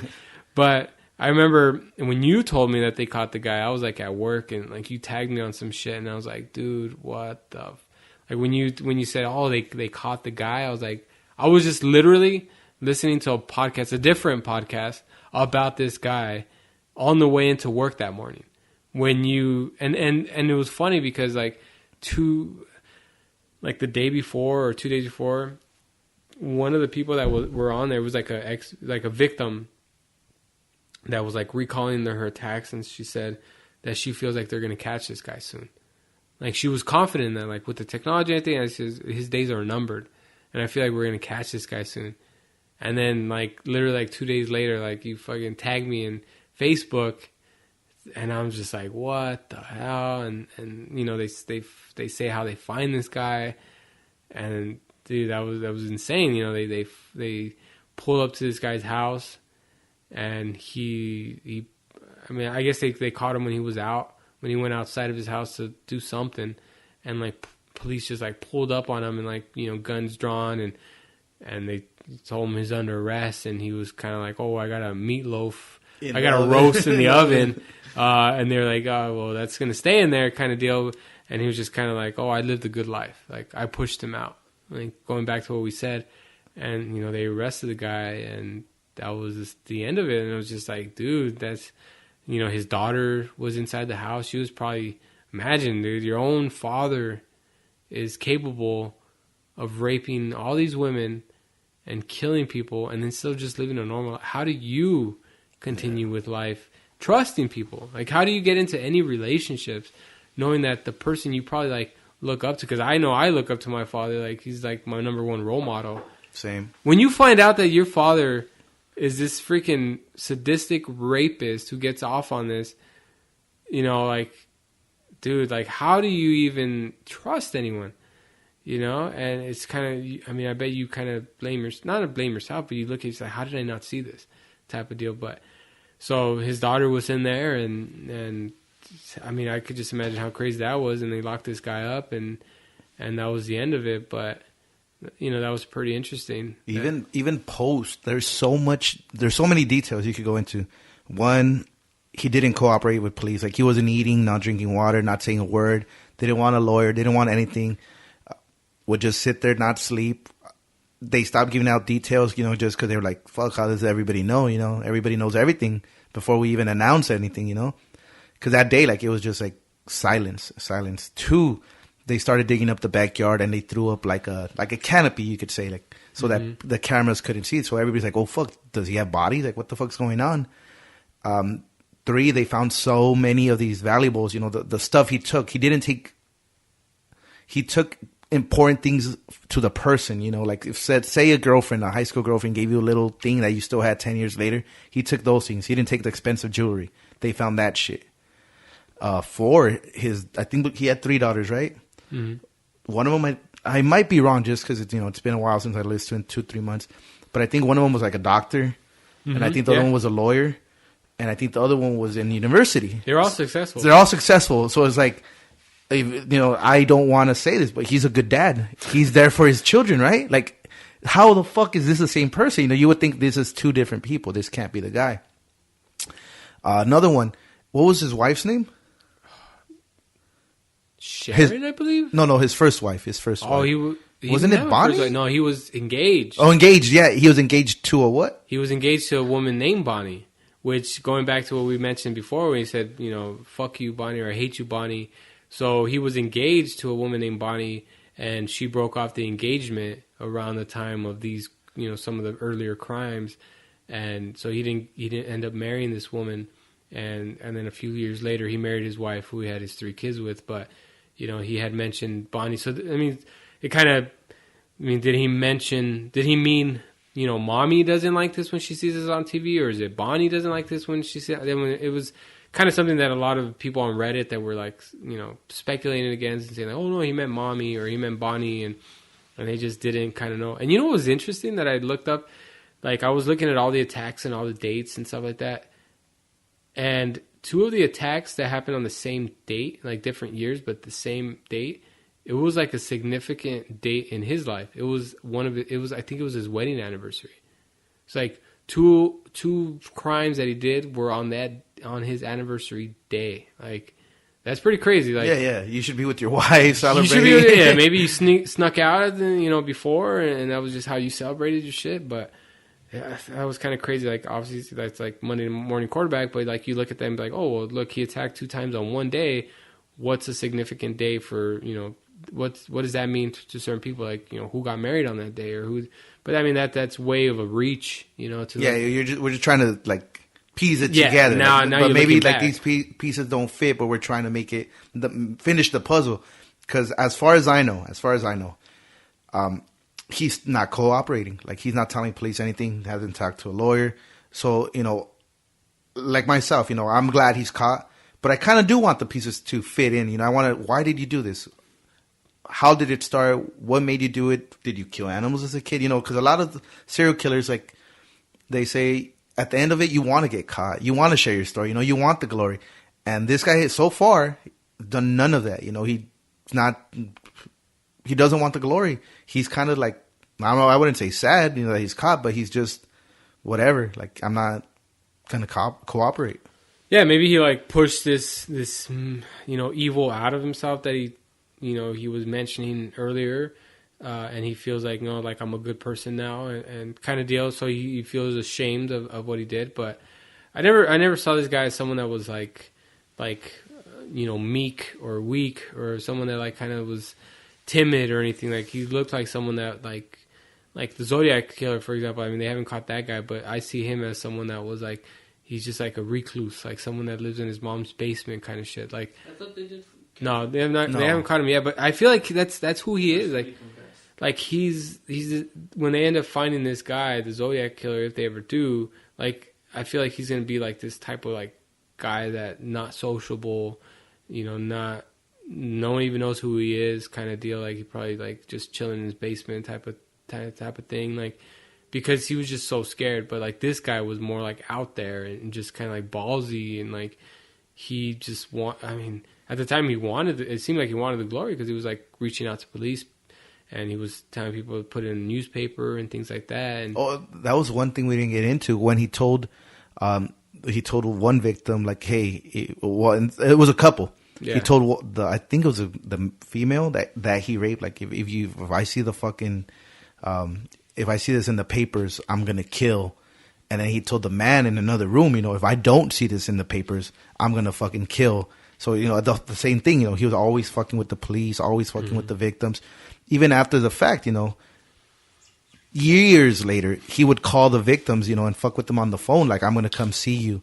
And, it's not, I hate saying the word scary, but it just, like, goosebumps, when you hear it, on the case file, you could hear the audio of him calling a victim, I'm going to kill you. Yeah. Dude, you're like, fuck. The actual audio? The actual audio. Oh, you're like, fuck, man. Like, imagine being that girl. Like, you already got raped, and this guy's still calling you and fucking with you years later. Even into the 90s. I mean, like, early 90s, he would call some of his victims. I mean, the last murder he did was in 86, and he was in the early 90s still calling some of the victims that he attacked and fucking with them and telling them, I'm going to kill you, and do you remember me type shit. Like, yeah, he still was, like, haunting these people. Like, he got off on that. Like, maybe he just got too old, where he just felt like he couldn't get in and out of places, or maybe he felt like there was too much going on in his life, with his daughters and this and that, and it was just like people would know where he was at type of deal, and maybe that's why he stopped. But like, he was still terrorized. I mean, he still called. I mean, if you're getting a phone call like that, which brings like closure to the people, that's why I was happy that they caught this guy. Is like, I mean, I imagine if you got raped by this guy, like, you probably had trouble sleeping at night, even knowing that, oh, okay, this guy's probably old or dead and he's not going to attack me. But the fact that he's out there. Still calling. And he stalked you and he's still calling, like, how do you not know he's going to attack you? Like, he still could, do something like that to you again. So, I mean, these people were, like, scared of him still up until then. And, so now after they arrested this guy, the way they arrested this guy was through, genealogy search, kind of like the, the famous one is like 23andMe. 23andMe and all that. Ancestry. It's one of the off brands. But this was actually not like, this was more like a public search, like one of Yeah. the ones that you don't really pay for. You just kind of like, it's a public one, a GED match or something like that it's called. So this guy, Paul Holes, and lead investigator, he plugged in that information, the DNA, and he found like some hits, but when you find some hits or something that matches like a certain match, it doesn't mean like, oh, this is the person who did it. It's just kind of like spreads a wide net and says he's related. The victim who did all this is related to this one guy that we know who he is. So then they started mapping out his family tree, and they went all the way back to like, grandparents in the 1800s, 1700s. Like they went all the way back, and they said, okay, well, let's go ahead and map this all out. Obviously, the people in the 1800s can't be the fucking killer because they're dead. Females, and then the people that didn't fit the age range, they kind of, weeded out. And so they had like a long list of still suspects. So it's not like you're getting there and you're figuring it out, but you can start, whittling it down. And, they ended up getting this one guy, that ended up being the killer, and they narrowed it down to him. And he had never been on any police like suspect list at all. Like, this guy was never seen on that. And his DNA wasn't out there anywhere, like, because, like you could have your blood or your fucking fingerprint. Or anything like that. There was no record of him. Like, he was very, very meticulous. Like, he never left anything. He was clean. Even, like, as far as doctors and all that, like, his stuff wasn't out there. Yeah, so, I mean, it wasn't out there at all. And they were just kind of like, oh, well. And this was pretty crazy when I heard it. Like, but Paul Holes, the lead investigator, he knew. He was like, okay, well, it says that this may be the guy, once they narrowed it down to him. And he was about to retire.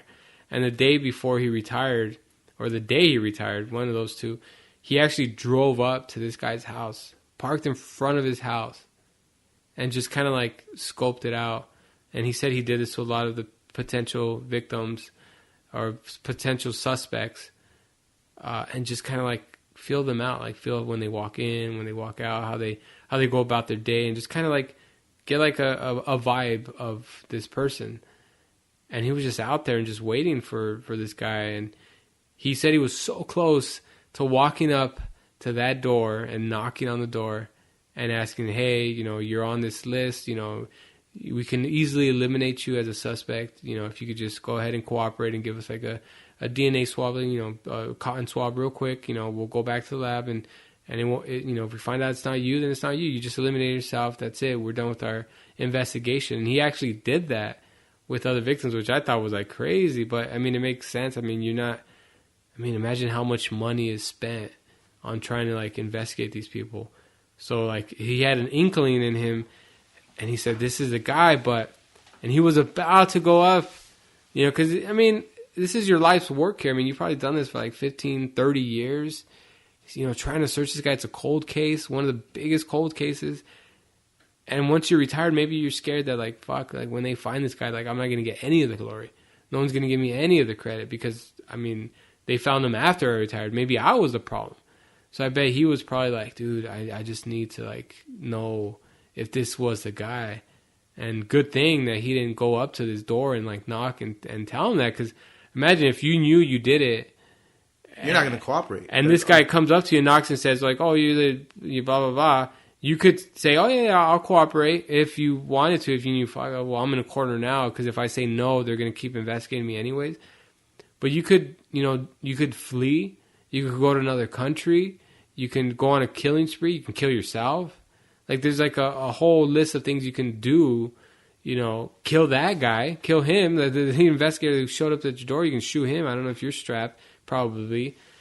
You shoot him and then just go on with your day and escape and leave like that. But good thing he didn't go up there, because then he would have tipped off the actual person who did it. And sure enough, he didn't go up to his door. Good thing. And, what they did was they followed him. Like, they were following him to different stores, and then there was like a Hobby Lobby that he went into and like threw away like a coffee cup or whatever. And I think they got it through a coffee cup or through like his door handle. I hear two different things. but they got his DNA off of that. And it was a, 22 out of 23 markers hit, which is a match. You're on it. I mean, if you're missing one marker, it's probably because of some faulty, some discrepancy or whatever. But 22 out of 23, like, that's the guy. So, I mean, they let the guy know. They let the lead investigator, Paul Holes, know, like, hey, we found the guy. And that's when they stormed in and got him. And it was through that DNA match, all that work that they did, and they just followed this guy pretty much. And they just got his DNA and swabbed it, and they said that's the match. And after that, I remember a lot of people were like, oh, why am I going to subscribe to Ancestry, like this and that? I mean, they're going to look into my privacy. It's like, well, you never did anything, then there's nothing to worry about. Like, fuck are you worrying about? Like, that always, I mean, I get the whole privacy thing, but it's like, if you didn't do shit, then why are you scared? Like, but at the end of the day, I get it's your privacy, but, I mean, even if it's not you, like, if you're allowing one of your relatives to be caught and for something that they did, well, then so be it. I mean, they're a piece of shit anyways if they killed people, and DNA is 100% match, so it's not like it's going to go to court and they're like questioning it, and you're potentially putting someone in there that's not a criminal. It's like that guy's a criminal. But I remember seeing that a lot where people were scared, like, oh, I subscribe to Ancestry, and now they're going through my privacy and DNA. It's like, no, like, the police are not going through your DNA. They don't have the time. Take off your little foil tin cap hat. They don't have the time to search us here in this room recording a podcast to see, like, oh, let's check this guy's DNA. They have no reason to, unless they do, and that's when they do it. So it's like one of those things, like, I'm like, go for it. Like, go ahead. Like, I know I'm clean. Like, let's find out some people. I mean, maybe you have different opinions on that, but I do and I don't, because, like you said, like, obviously if you're gonna solve a murder and it's your fucking cousin or whatever, you'd be like, oh shit, that guy's a killer. Yeah. But it's just the whole to an get extent, him on the podcast. The whole invasion of privacy. You get me? So where does it end? That's I asked you at the beginning, like, where does it end? You say, like, Ancestry.com is a private enterprise.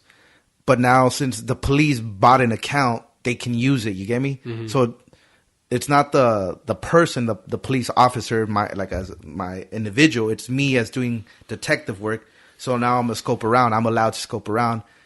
Is that fair? Because the whole Apple thing. That you can't unlock a phone. So, but you could use my DNA. Like, where's the what's the difference, kind of thing. So I mean, I'm not like, we shouldn't do this, but I am kind of like, I don't know. I don't agree with it to that point, but I don't see it as an evil. I just don't think it's a necessary thing we need to do. At least not yet. Unless we start solving, like, all these cold case murders, I'll be like, oh fuck yeah, dude, let's get everybody signed up for this, because now But at the same time, it's one of those things like, I didn't sign up for this shit. Now you have me on there. Yeah. So it could go both ways, but I'd look into it more before I make a firm decision. True. But I'm leaning more towards a that's not right kind of thing as of now. Yeah. And it's crazy because, too, like, iPhone or Apple is, like, kind of like, they're advertising that now, like, about your safety and your privacy. Because I remember that whole terrorist attack that happened, like, San Bernardino, where, like, they found the suspect's phone that had killed some people.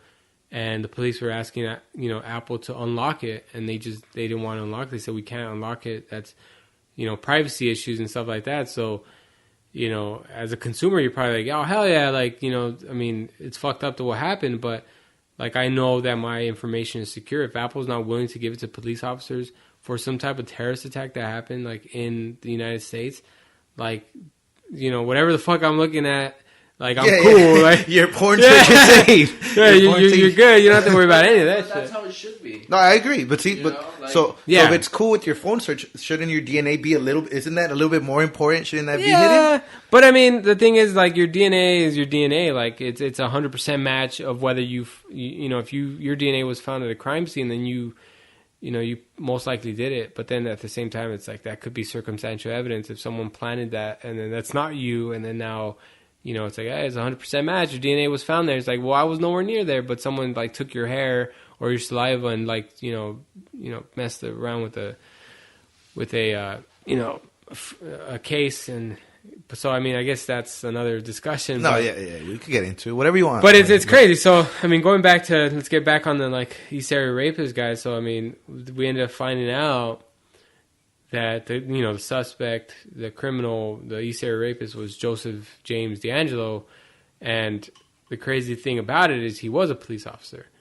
Like, he worked in the Exeter, he worked in Visalia or whatever. Then he went to he worked at the Exeter Police Department, and then he worked at the Auburn Police Department. So he worked from 76 to 79, and then from 70, he was active, and he was in the police department while he was active and raping people. So one thing that we don't know, and we will find out, maybe we may never find out because he's not going to say it, but I mean, in police records it may say, is did he investigate himself? Did he mislead? Was he on the case and purposely misled his colleagues? And said going back to what David said, which was a great question. It was too early to get into it, but yeah. Yeah, it's was he on the case, and was he hey, oh yeah, let's look over here, guys. Maybe we should check this out. It's oh, this can't be this person, and kind of just misleading because he's in cross him off the list. That's not a suspect. Or maybe we should look at this guy, or maybe we should plan out. I mean, maybe he was kind of deterring it from himself. And the thing is, even if you were an investigator and, let's say you and I were on the case for some reason, we're oh, it's a police department, right? I feel like it's a police officer. You think the police department would let you search through their employment records to look at all the people that worked during that time period and what they're where they moved to, their geography of, oh, they were here during this year, and they moved during this year over here, and then they were fired from the department in this year, and then they moved down south or whatever. You think they're going to give you that information? They're going to protect their own, that thin blue line or whatever it is. They're going to protect their own and be oh, you're crazy. We're out here to protect and to serve.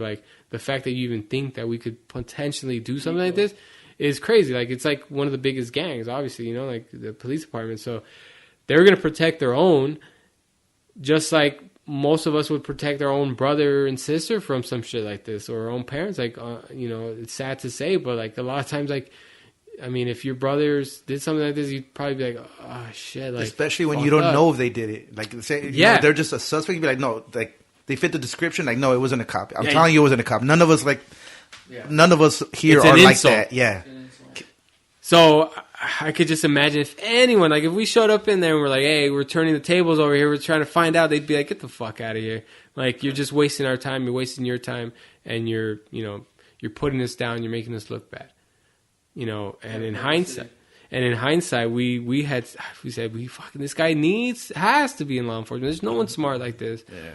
Maybe you get a smart killer like this that's just knows and does his research once in a lifetime. So was he a regular cop, or was he a detective? He was a regular cop. He was patrol. Yeah. So he's not someone that's criminal investigation that can actually deter right? Because there'd be a different detective to do that. I'd imagine that's something they haven't released yet. I don't know the way the police structure works, but I just know I think that it's a different line of work. I just know one thing that was interesting is that after the fact, after they knew that it was that guy, that he had there was a newspaper article where he had arrested a prowler.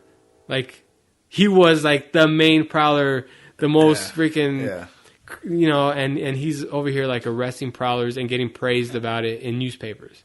That's insane. How do you think that that's him? He's the one arresting prowlers. How could he be the prowler?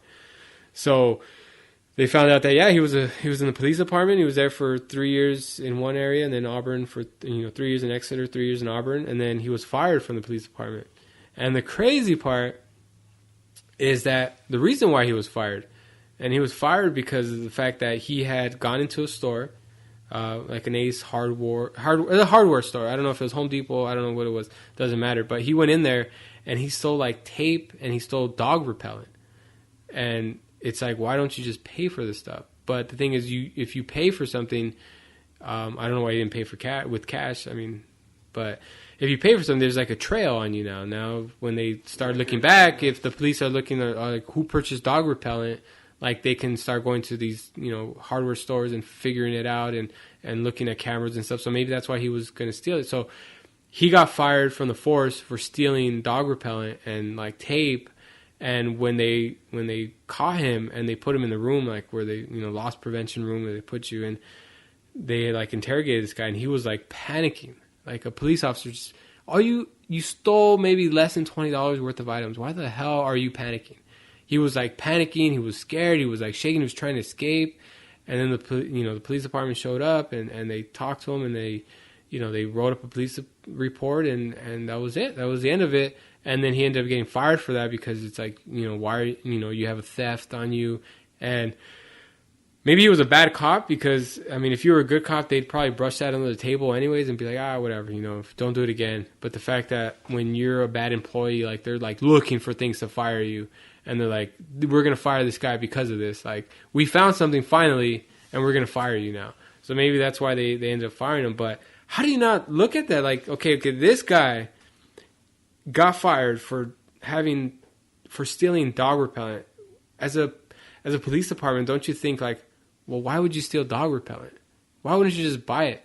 And then when you start looking at some of the victims, like we mentioned, like he had this foul odor to him. And when he would walk by dogs, like there was an incident where like they had a police dog go ahead and like they sniffed some of the the clothes off of the suspect or the victim, and they would follow the trail. Like the dog would like act erratically once he got to a certain point, and it was the dog repellent. Like someone had dog repellent, or there was the only reason why a dog would act like that would start shaking and like shivering and start acting erratically and go in circles and kind of like not want to continue. So I mean, how did they not look into that? Like, so that to me, when I heard that, I was like, dude, like that was one of the things in hindsight. That's not one of the things that I knew. Like, dog repellent, like they should, if you smell. If a dog's acting erratically, let's search everyone that had dog repellent or stole. I mean, that's not something that I'm not gonna lie and say that I thought of that. Well, another thing, a what? A ghost? A ghost. No, a terminal illness. Remember? Yeah. So, like when somebody has like cancer or AIDS or something like that, dogs act erratic because I don't know why. Something I don't know why. I won't even go into it, but they act weird. They do that whole thing. So people thought like maybe he's dying and maybe that's why he stopped. Even then we talked about like maybe he's dead because the dogs would act like that, and it's just the whole going back to the interrogation or whatever, the whole room, him acting weird. I felt the same way. Like in retrospect, like dude, it was such a big deal. If you see somebody acting weird, like for something so small, it would raise some alarms, right? But at the same time, going back to what you said, protecting their own, maybe they're like fucking D'Angelo, you're fired kind of thing. Like, D'Angelo being D'Angelo. Yeah. Manny being Manny. It was just one of those things, But, like, when that's in retrospect, I can't say, like you said, that one I didn't think about ever.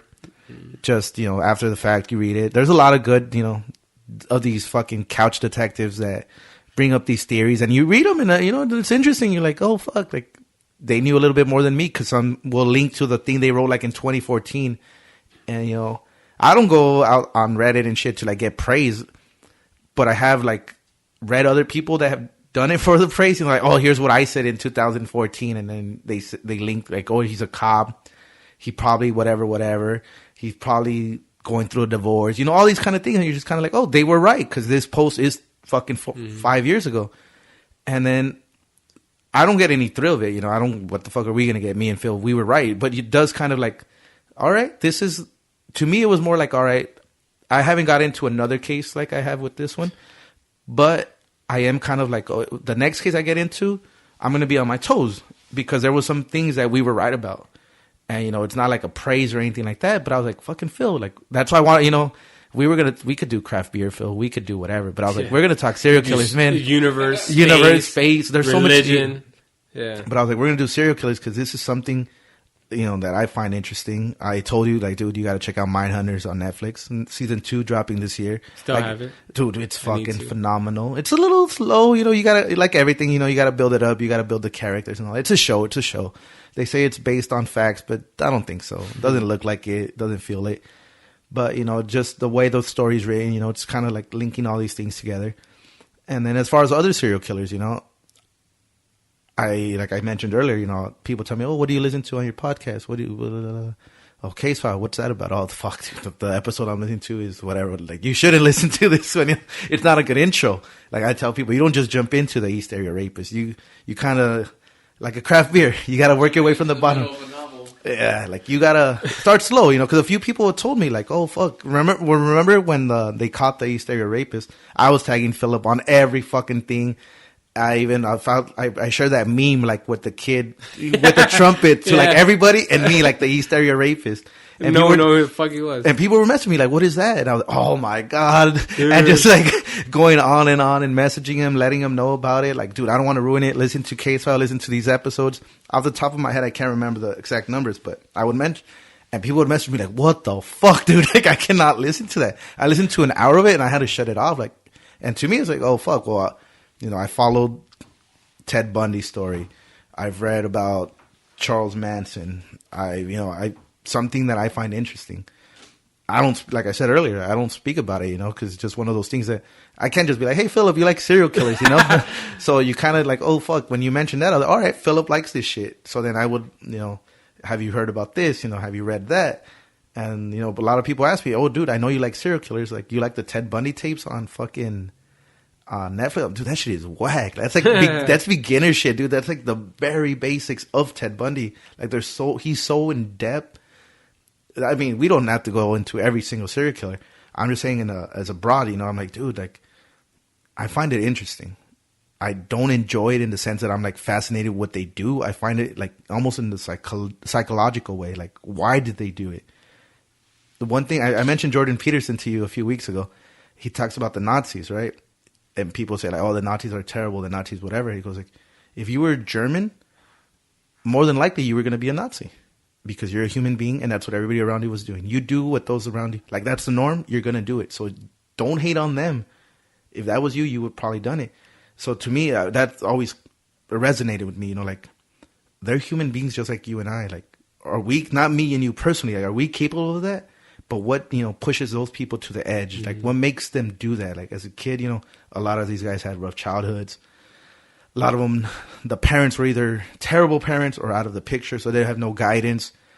They don't see life like, you know, a lot of them have like somebody die early on. So to them, death is nothing, you know. It's just like if you kill an animal, like, so what, you know, my grandma's dead, my dad's dead. It doesn't matter. It's just they're dead. And so they start hurting animals, and then, you know, you get tired of killing fucking birds. You get tired of killing cats. So the next thing is like, all right, well, let me see. If I hurt this kid, like, what's going to happen? Well, a kid can't defend himself. It's pretty easy. And they just start escalating. And a lot of times you'll see it. So that's why, you know, I'm not, like, on the lookout, but I will jump on Reddit and shit like that and look up these serial killers that are active. I remember I mentioned to you, in the South, there's somebody either homosexual or pretending to be a homosexual. I forget, what is it, like the Tinder for gays? Grindr. That's funny how you know that. I saw it on David's phone. I'm just kidding. I set that up nice. I set that up nice. Yeah. Well, I should be like, I have no idea. Well, anyways, they're using Grindr to like lure these fucking guys out into the middle of fucking Now, how do you know so much about this case? It's one of the big ones. It's one of the big ones. That's what she said. And then they'll go kill these guys, right? So it's either somebody that either hates homosexuals or is it like, you know, just people. This is just me trying to fucking jump ahead of the case. Like, we don't know anything about it yet. But in 10 years, this will be a big case because, you know, they're barely piecing the pieces together. And to me, it's not a thrill. You know, people always tell me, like, you like this shit. And it's one of those things I don't like defending, but you just kind of, if you're honest with people, don't understand. Intelligent person like yourself, you could do it. It's something about the way they do things, the methodical. They're just so ahead of the game. You know, they're doing like chess. I always bring up chess. They doing 2-3 moves ahead. They're ahead of cops. So as soon as you get on their trail, they already know to switch the MO. They're doing something else. And, you know, I love reading about cases that are solved because Ted Bundy, for instance, when I first read about him, I was like, damn, this is crazy. This is a smart guy. He's luring women. And then, you know, you hear about all these girls were like his fucking ex. They all had the same haircut, they fit the description. And it's just one of those things. Like, if these people would talk to investigators, like he did, he cooperated and all that, but then they're so intelligent. Like, what part are they fucking with people and what time? What's actually real and what's still part of the game, you know? And I don't know. I could talk to you about it. I could talk to my sister. Me and my sister watch like these shows together. We read about it. She'll send me links and like, so it's nice to have a few people, you know, because a lot of people ask me, you know, like, oh, dude, like, I know you like the Joe Rogan podcast. What episodes did you like? And you mentioned a few.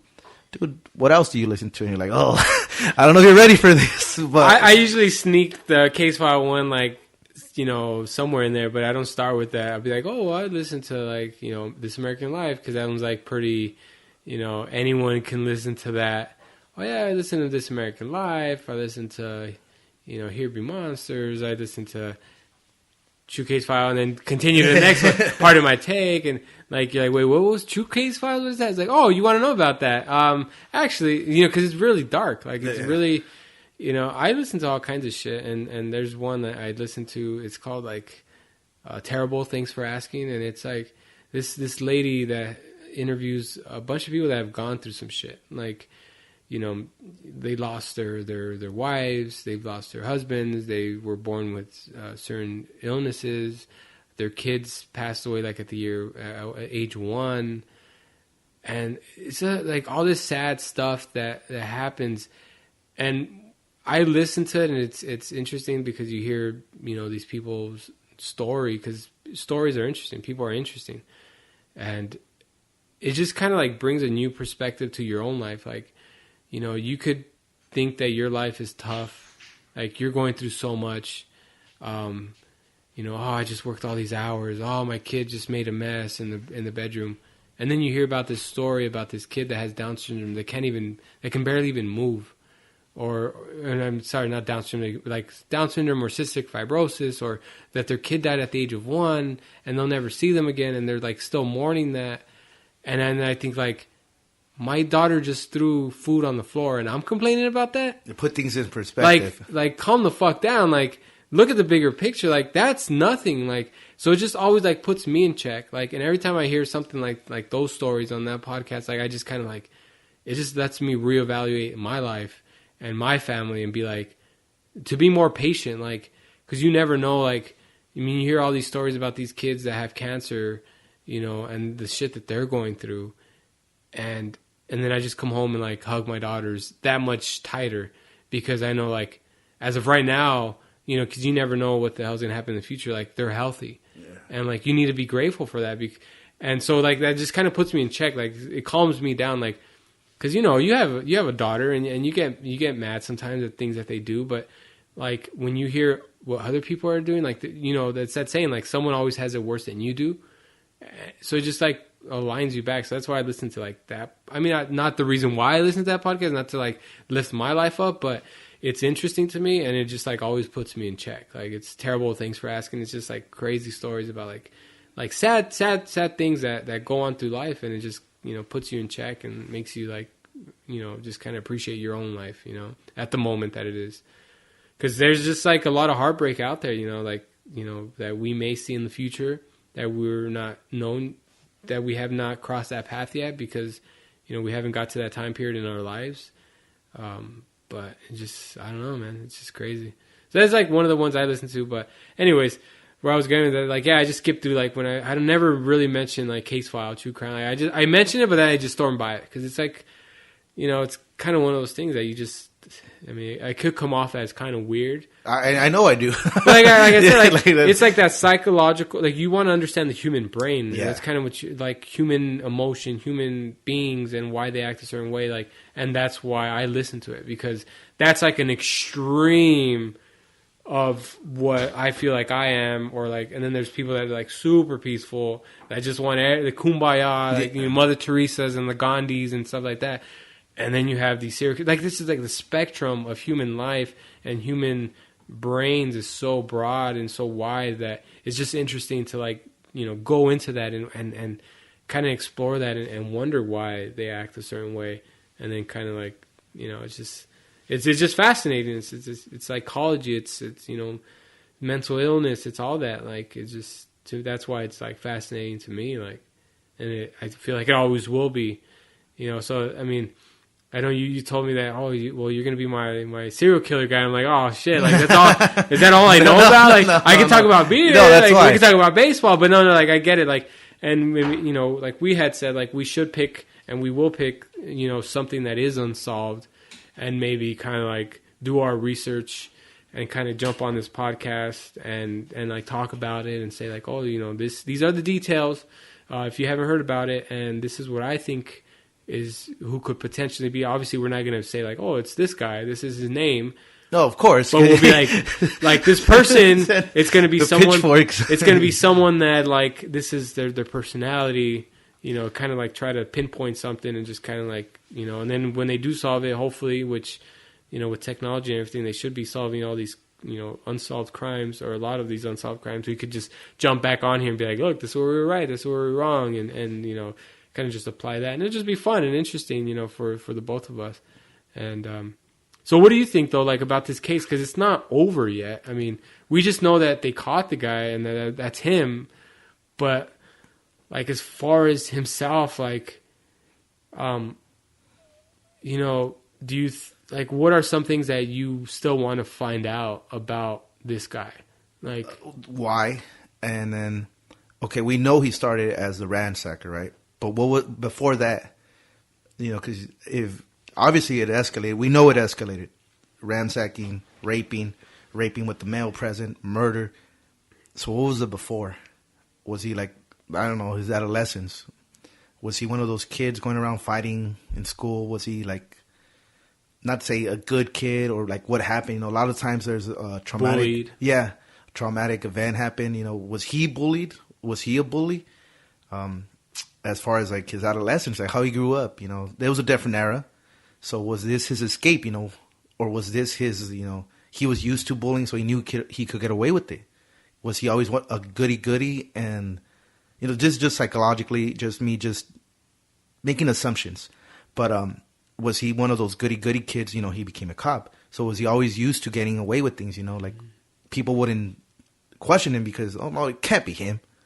So, you know, I think a lot about this case, like not as much now, you know, that it's solved, but it took a good amount of my free time because I was like, dude, this is crazy. This is big time, and it's right here in California. People that are into serial killers are really into serial killers. Like, you know, we just talked so much about it. And the people that aren't into it, you know, they're not as much, you know, but it'll still catch their attention. So I've read a lot about before and after he was caught. And so, you know, some of these ideas aren't mine, you know, I just read them and I was like, oh shit, but a few of them, most of them are mine. But just what made him do it, and after he did it, why did he continue to do it? You know, like, okay, I could get away with it. I'm good at this, you know, like, even though it's evil, it's terrible, sadistic, he was good at it. He got away with it, obviously, for so long. So was it like, I'm going to be able to do this? And like you mentioned earlier, like when he just took that in 1986, was it just like, I'm not as good anymore? Like was he one of those, you know, to compare it to an athlete, like I'd rather go out on top than fuck up, you know, like than go out on, I'd rather go out on my terms kind of thing. So it's one of those things that you just kind of, it's a puzzle. We have a lot of the pieces, but we don't have them all. I feel like we still try to fit pieces of the puzzle that don't fit because we don't have it all. You know, when you kind of get frustrated, you're like, oh, this goes here. And you're like, no, it doesn't. When you get the whole picture, you're going to be like, oh, this makes sense. If he cooperates, depends on what the cops share. He has to go to trial, right? What is he going to say? Is he just going to sit there quietly and just take his sentence? Or, I mean, do you try to fight it? It's like you said, it's DNA. There's no doubt about it. It is him. So what's the game plan? What does he have to win or to gain or whatever by saying his story? Psychologists would fucking love this. People like you and I that just enjoy psychology, that like hearing about this. I don't study the mind, but I'm interested in hearing what the people that study the mind have to say to people like me. Like, we have so much to learn if he's willing to share the information, you know.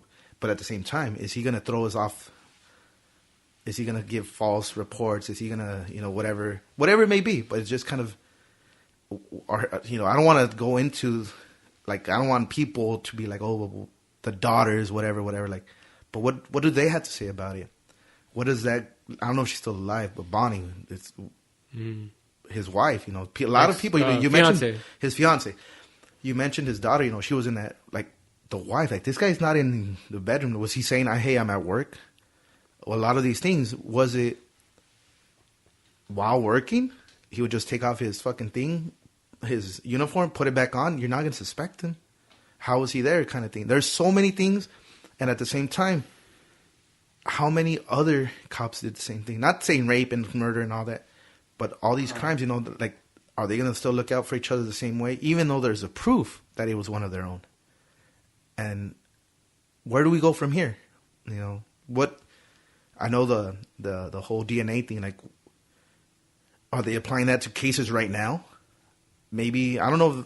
I heard, might be wrong, but I heard that it was going to go to like court and all that. You know, like the same thing like Apple. So are they taking advantage right now that it's in limbo? Like, let's throw all this in there while it's in limbo so that we can maybe solve some cases, which I'm all for. But where, you know, what's the next chapter? Because the book isn't over. This part of the book is, you know, we're kind of wrapping up, but they're still going to go back and edit some things, you know, because like I told you, maybe some of these were copycats. Maybe there's more that he did that he doesn't get credit for.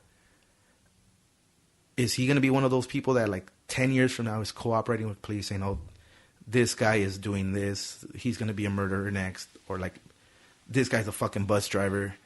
This guy's a mailman. He knows, you know, because he knows the mind as an evil person." Or is he like one of those that I pushed it out?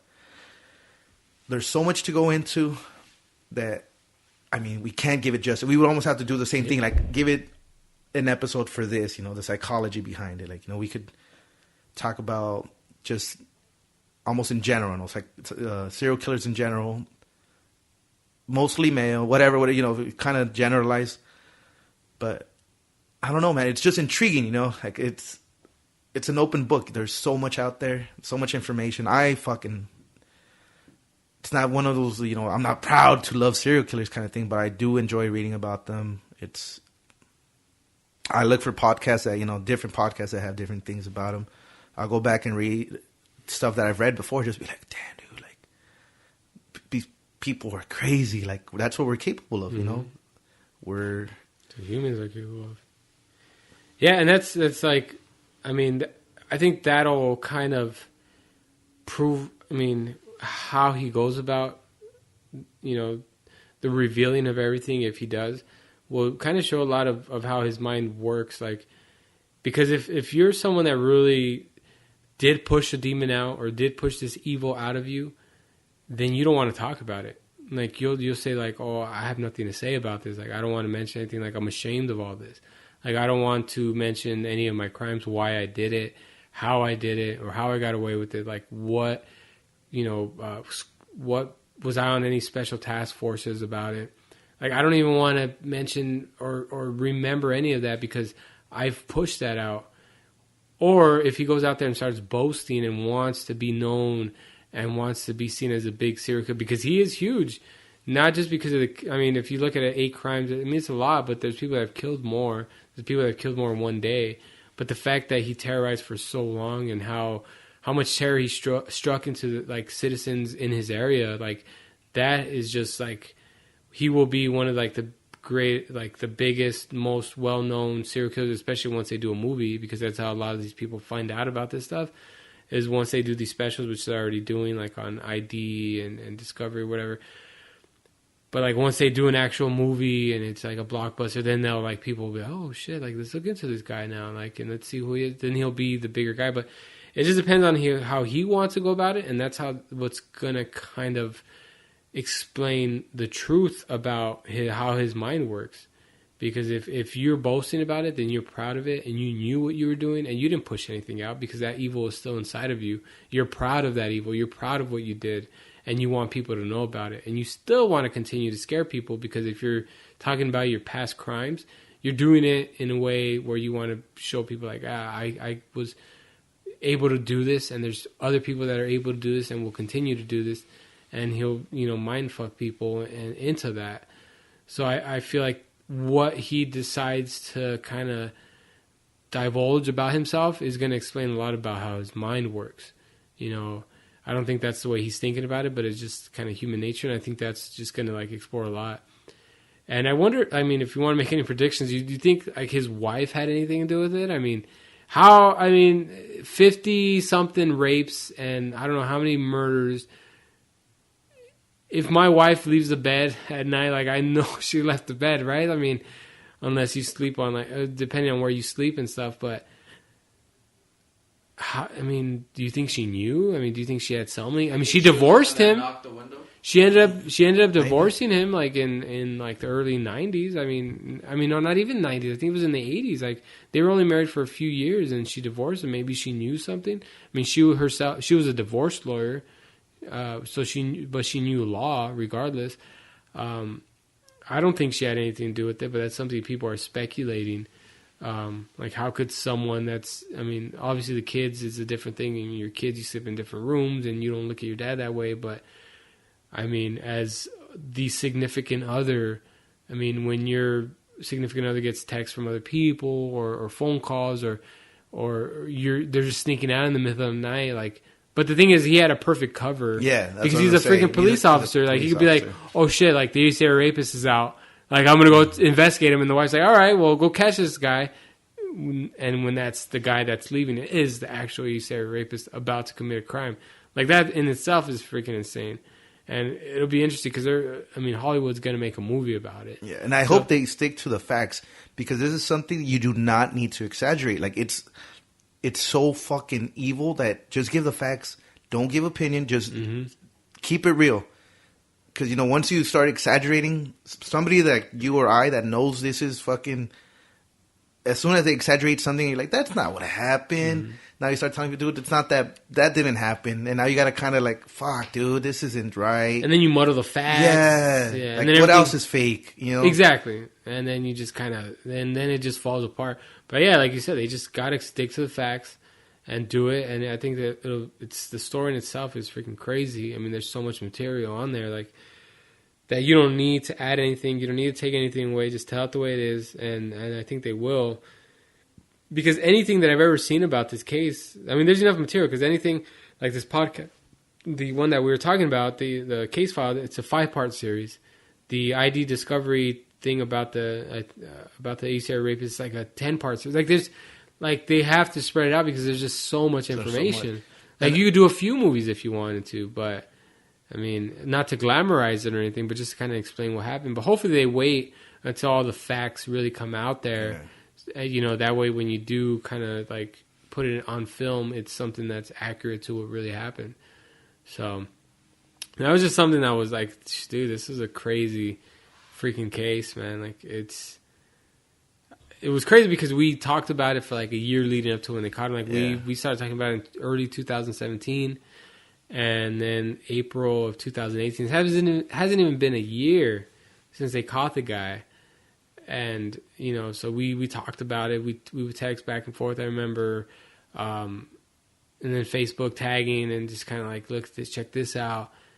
And, I mean, it was just something we were, like, fascinated with. And to see it evolve the way it did is just, like, crazy, man. It was just freaking insane. Crazy, crazy stuff. I'll keep saying it because just so people know, like, I'm glad they caught him. I'm fucking thrilled for the victims. They call them survivors, right? The survivors. Yeah. The survivors, they got that closure, you know. Now they know, like, okay, he's going to get sentenced. He's going to rot in jail. He's on suicide watch, so he can't have any, you know, he can't end it that way, you know. He's going to suffer. It might not be long or whatever, but he's going to suffer. So they get that at least, you know. That's what a lot of them were hoping for. Like, I just want to see him in court and be sentenced to life. Like, it's over, you know. Like, I'll look at him and good for them, you know. They got that at least. And, you know, you're not going to be my serial killer guy. It was just, you know, one of those things. People ask me, like, why are you doing this? I was like, dude, I want to kick with the homies. And then we've been trying to do this for like a year. Since April, actually, of last year. So 11 months. So I said. Almost exactly a year. So with the podcast, quote unquote, my podcast, like, I have an excuse to drink. Hey, Phil, we're going to talk serial killers. Now we're like, all right, well, fuck it. We got to do this. And that's what I told George. I told Yasad. George and Yasad I hadn't seen like in 10 years. Yasad in 10 years. That's crazy. George like in 8. So I'm like, dude, now with the podcast, now we get to kick it. I'm like, dude, this is fucking beautiful. So it's one of those things. Like, I just thought, like, dude, Phillip's my fucking dog. Yeah. Like, how am I going to get to chill with Phil more often? I said, well, Phil knows serial killers. I know serial killers. We'll talk fucking serial killers. That way he's a recurring guest. That's what I meant by it. Not like, that's all you know. My friend who is mentally disturbed. My crime analyst. And like his brother that probably didn't know he knew anything about serial killers is probably like looking at him like, what the fuck is wrong with this guy? I think that made the episode better. Because he was asking questions that I'm sure the listener was like, oh, fuck. When you're hearing it, I'm asking questions, and then they're answering them further down. That's why I didn't want to jump ahead. And so him asking... I put myself in the place, because, well, you know, you guys are building up to it, but I'm, like, so intrigued to have to ask the question. It's a genuine question that I probably would have had. You probably would have had at that moment. You're like, I'm adding it together. Hey, did he fucking investigate himself? It's like, whoa, slow down. But, yeah, you know, it's... I enjoy talking about it because it's been solved. Yeah. You know, there's a few that, you know, you hear about or whatever, you're like, fuck, they might still be terrorizing people. You know, like, what makes a serial killer? Like, in the 70s, like, the Pacific Northwest, you know, in Washington, Oregon, and then further down after, you know, in California, like, 70% of the serial killers in the 70s were in the Pacific Northwest. Like, what the fuck? Like, everybody says it's something in the water, but seriously, what was it? How do you have 70% of the serial killers in 3 states? Like, that's astounding, you know? And so now it's like... Is that one of the states that, like, has, like, longer times of, like, night? Or is that, like, Canada? Canada, I think. They got like... Part of Canada, part of the Pacific Northwest. Yeah. And then they're just bad sports teams. Bad sports teams. It's cold. Everybody hates the cold. Nothing good happens at night. Yeah. You know, but now if your place has more night throughout the whole year, you know, if you have like those times where it's like, I think 3 months of darkness or whatever it is in some places, you know, people, high rates of suicides, high rates of crimes. That's true. That happens. You just look at the stats, and I mean, that's the great thing about data. You know, you could look at the stats and you could paint a picture. So now, it's unfair, you know, but they say, okay, if this person is, you know, going around fucking bullying kids in fucking elementary, like, he's on the wrong path. So you could kind of go, hey, we need to get on this kid. And then, you know, like, you hear, they don't make it public because, you know, children, you can't say their names and all that. But there's this kid killing fucking cats, you know, going around killing cats. So now this kid is getting attention, you know, which is beautiful because, well, you shouldn't be killing cats. But at the same time, like, what are you searching for? What are you doing this for? Maybe so that's what he needs. He's seeing psychologists. He's doing all these things. And so you have the data saying, all right, well, fucking 1 out of every 1,000 kids does it. Like, oh, fuck. Not every single one is going to evolve to be a serial killer. But more than likely, that kid will. Yeah. So if he's getting the attention that he's seeking through a counselor or through whatever it may be, you could kind of guide him the other way, you know. And now you have him on the radar. Like, okay, don't go out to fucking the Pacific Northwest. But, you know, so it's a great thing. But at the same time, there's always people, they said, had trauma. You know, a lot of these guys are in car crashes. I mean, you could look into it. There's so much data out there. There's so many stories. There's so many serial killers, sadly, where you could kind of piece together, you know, like, sometimes I get confused. I'll be talking to my sister and she'll tell me, I'm like, oh yeah, as a kid, you know, he fucking walked in on his mom being raped. Oh no, that was the other guy. That happened to him too. And you're like, oh fuck. These guys had the same story. So if you watch your mom being raped, is that going to make you a serial killer? Or like if your mom's a prostitute? And you know these things kind of, you see the patterns. Yeah. And so then when you hear a story of like, oh, this prisoner did this, and you're like, oh, shit, like he's on that trajectory. So it's just, you know, like I say, I find it interesting. I don't look into it as much as I did with the East Area Rapist, but I still do the whole forum thing, Reddit as well. And I just, you know, like, what the fuck? Like, you don't wake up and go kill somebody. Like, you evolved there, right? You had to start from somewhere. So what are the patterns that lead up to it so that you could kind of identify them? So, man... Let's talk something jolly for a bit. Just, you know, like I said, just to get it off the... I mean, I think we covered kind of everything about this. I mean... Phillip, you came prepared. You fucking did great. But I just want the listeners to know, like, there's so much out there. Go out there. I highly recommend listening to Case File. Oh, hell yeah. So, I mean, warm yourself up. Warm yourself up for it. You know what? It's going to be ugly. Do some stretches. Be ready. Yeah. No, because... the thing is that deep, the story that they tell. In detail. But the thing is that so they go over case after case after case, and it gets to the point where even the narrator, like once he gets to like case 30, he's like, the suspect did the same thing he did in all the other murders, and he says, the cloth tied up on the floor, the entering before the house, the rummaging through the he's like already going through, because it's like he feels like it's so repetitive, like the listener's probably getting bored already. It's just so repetitive, like, and he just keeps mentioning the same thing. It's redundant over and over and over, and you'll get that. So because he did the same thing over and over. So I mean, when you hear it, like you'll get to a certain point, like once you get to like case 30, where it's just like, oh man, is this shit over yet?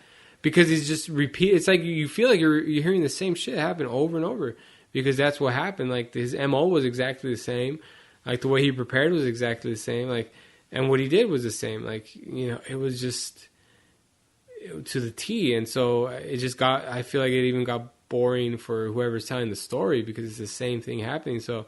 I mean, I feel like we covered it broadly, and we hit some points. Like, I think we did the timeline pretty good. Like, no, you did great. At the beginning, I wanted to jump to the end already. We know who the killer was. You know what I mean? You did really good. But that's what I was saying. Good. Like, we'll get there. And we did. We touched everything I said we would end up getting to. But like when you start talking about it, especially you and I, because we haven't really talked about it.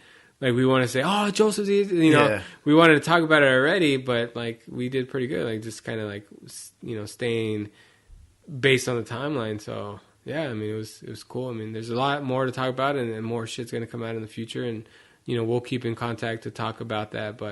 And we should probably talk about something more, like, cheery, because people are probably all sad now. Yeah, but if they haven't turned it off by now. I people tell me, like, we talked for a while. You think, should we keep going? I'm like, no, keep going. Came back because they finished. It's a two-parter. Like, they gotta listen to it. But no, man. What do you want to get into? Like space and shit? Space. Oof. Oh, I talked with Dizzy for a little bit about flat earthers and all that. Does he believe in flat Earth? No. Like, I was telling him stories about like people. No, fuck no, man. Flat Earth. I'm a big NASA fan. Big fan of NASA. Yeah. Big fan. I support them. I have the shirts and shit. My daughter, like, she's like, "Papi, spaceship." Well, time zones and eclipses and things like that. It's one of those things. It just should that alone in itself should just kind of like eliminate any theories about that. It's insane. I mean, space is just freaking insane. I mean, it's just so vast. I took my astronomy class in college like 3 times. Really? Why? You failed? I would just show up and be so fucking interested that I would like not take notes. I'm serious. Just sit down and enjoy it. Fucking teacher, first thing in the morning. I think it was like at 6 in the morning. So I mean, 6 in the morning for a college class. Yeah, it's like fucking early. Yeah, but that's early. In your defense, like it's like, does anyone really know about space and the universe? I mean, if you're getting a question saying like, how many planets are in the Milky Way galaxy, and you're like, 100,000 to 1 million to 2 million to 3 million, it's like, bitch, you don't even know. Like, no one knows. Like, yeah, exactly. The astronomy class in general is a lot more than that. Yeah, no, you know what I mean? It's about seeing the light, the different light spectrums, and then like, I don't know, just a lot of more technical shit that you wouldn't think at first. Like, astronomy, I'm just gonna be looking at stars, and you get in depth with it, like, fuck, it's crazy, dude. And even like if you haven't gone, go to Griffith Observatory. Oh fuck, dude! I go like once a year. I should go more often, to be honest. That shit is fun. More often, for how important that place is in an area that's so easy to get to. I mean, it's not that hard. Not easy to get to. But I mean, go on Sunday nights. So that's when I go. Yeah, I mean, but it's something that's like a little drive to us, compared to people like in another state, I mean, well, that shit fascinating too. Like the whole SETI Institute, like search for extraterrestrial intelligence. Like the fact that there's a program out there just sending radio signals out there trying to find life in other planets. Like that's pretty insane too. Like the universe is just so vast, and I mean, we should cover that in depth in another episode for sure. But like to touch on it now, like the fact that like they're searching for that is insane. Like it's just the universe is so huge. I mean, there's like you can't even like the human mind can't even like process it. Yeah, process how huge it is. The first time that I really realized or thought like, fuck, we're nothing, is like when I first seen, I think it was a map of the Milky Way galaxy. So it shows the whole Milky Way galaxy, and then it kind of little by little zooms into like where we're at, And we're like in the very, very edge of the Milky Way galaxy because it's a spiral galaxy, Yeah. right? So we see like a little bit of an arm, but I mean, we have so much light pollution, right? But now, you look at that and you keep going in, and you're so tiny, but then it backs up even more than just like the one I've seen is like it zooms out. So this is Earth. It kind of shows you where you're at, and then it goes in, and then goes all the way back out. So like, look at how many universes there are. You know, like, how many galaxies? Little, how many galaxies? You're so little. Yeah, you're so little in this. You're in the Virgo cluster. System, yeah. Because then the universes have different solar systems. You know, we're just a solar system. And there's thousands of those in a galaxy, and then there's thousands of galaxies. You know, in the whole universe, and we're crazy. A tiny galaxy. Like you're a tiny planet and with a tiny sun in a tiny galaxy in a tiny cluster. Like we're insignificant. Yeah, and the time our lifetime like average span is fucking nothing. It's less than a blink of an eye in the spectrum of life. Which is human existence in itself. Like if you get to the beginning to like now, is a blip. Which is a blink of an eye. We're nothing. Yeah, nothing. I always highly recommend to everybody watch Cosmos. Like that show is one of my Carl favorite. Sagan? Pale blue dot. Pale blue dot. That's what I thought he was gonna say. Like when it made me feel. That's when I was like, dude, we're nothing. Like I wish I had it on the phone right there just so we can say it, you know. But damn, dude, that pale blue dot. For those listening, go look that up on YouTube. Anyone you've ever known, anyone you've ever loved, anyone who's ever been, like all happened on this pale blue dot, and like this image that was taken by. Damn, I should know this, but it was taken by a satellite that is just literally like this small speck, like that you would miss it if you didn't know it was there. And it's just one of those first photos that was taken by like a satellite that was launched by, us. And it just shows how tiny we are in like the whole grand scheme of things, which is just kind of like. Was that the picture that was the first picture of Earth? Not the first, but I think the furthest at the time. Best selfie of all time. And it's just like we're just there, it's just a little tiny dot. Like Phil said, if you're not looking for it, you don't see it. And it's just that's home. That's us. That's home. And then you think why, but then sometimes when you think why, you think you're so fucking crazy. But then when you think about it and you really, really think about it, it's not fucking crazy. It's like it's normal to think like why, like out of everywhere you really can't find shit unless they're just keeping it under wraps, but then that's something else. Well, to add to that, a few astronomers or whatever have said, like, oh, why haven't we been contacted? All this good stuff. Like, why are we the only ones? They compare it to like when you're driving on the freeway. Do you ever stop and think about the ants? Like on the side of the freeway? Mm-hmm. Like, no, you don't. So if there's intelligent life out there, dude. We're so insignificant. We're so dumb. Smart as we think we are. Yeah, smart as we think we are. Fucking smart. For what we are, we're monkeys with thumbs. That's all that separates us. We stood up, we lost our tail, and we evolved. Speak for yourself. But then Speak for yourself. Evolution, Phil. Evolution. I don't got my tail anymore. I lost that shit a long time ago. Nah. But I mean, even us thinking that we're so super smart now, we can't figure out how they built the pyramids. Yeah. How they move certain shit. So I mean, have we really become that advanced, or are we just restarting? To versus these colonies out there of intelligent life that like you said. Like, but we're all just not even give a shit. Human existence is just a blip. So it's like in the whole time, it's like if you put the whole existence of the universe in like a 24-hour period, we're like a millisecond of anything that's ever happened. Like, the human mind can't even comprehend small numbers like that, but we're like the smallest, tiniest thing. But the thing is, like, we only know our existence, and we don't know when our extinction will be, which, I mean, at the end of the day, everything becomes extinct. Like, nothing is infinite. Nothing's forever. So, I mean, human race will one day just, like, die off, and, whether it gives away to artificial intelligence or, robots or whatever, the human existence will just, cease to be. And then that's our small blip, and that's all it was. But how many other blips of existence have there been that we just don't know about? It's hypothesized that this is the third time. Yeah, so there's just been... on Earth. The universe is just so vast. Repeated? So So it's not even a 2D kind of timeline That's that we're a trip, right? It's not even a 2D timeline that we're looking at to see like, oh, is there enough existence?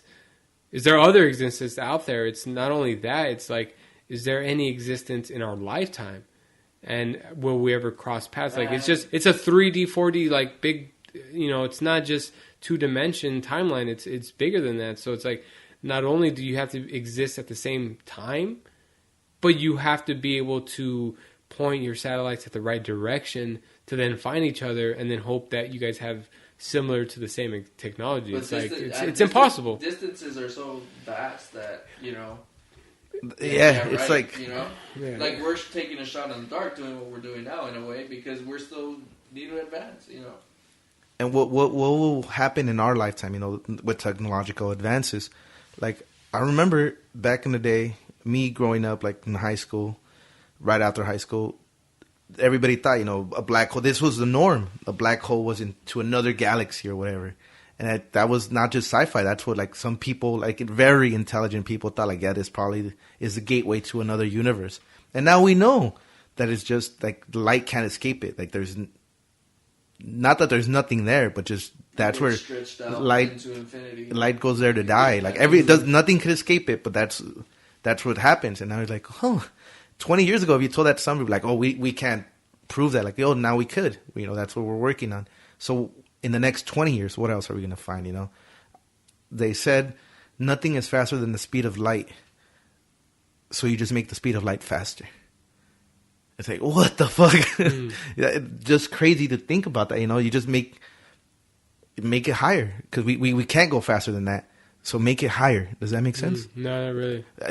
I can't process it. I can't explain it, like, because if I understood it, because I don't understand it that great either. Because I feel like the speed of light is one, it's just one fact, one, like, cemented speed. And that's the fastest thing that we know or that we've observed. And that's it. I mean, like Einstein said, like, if you can go faster than the speed of light, then you're actually going back in time. Yeah. Like, go ahead. And I think that's, Back in time or in the future? No, you're going back in time. Like, if you can go faster than the speed of light, then you have essentially traveled back in time. Which I feel like it's impossible to travel faster than the speed of light. And I feel like it's impossible to go back in the future. As far as time travel goes, I feel like you can advance and go into the future.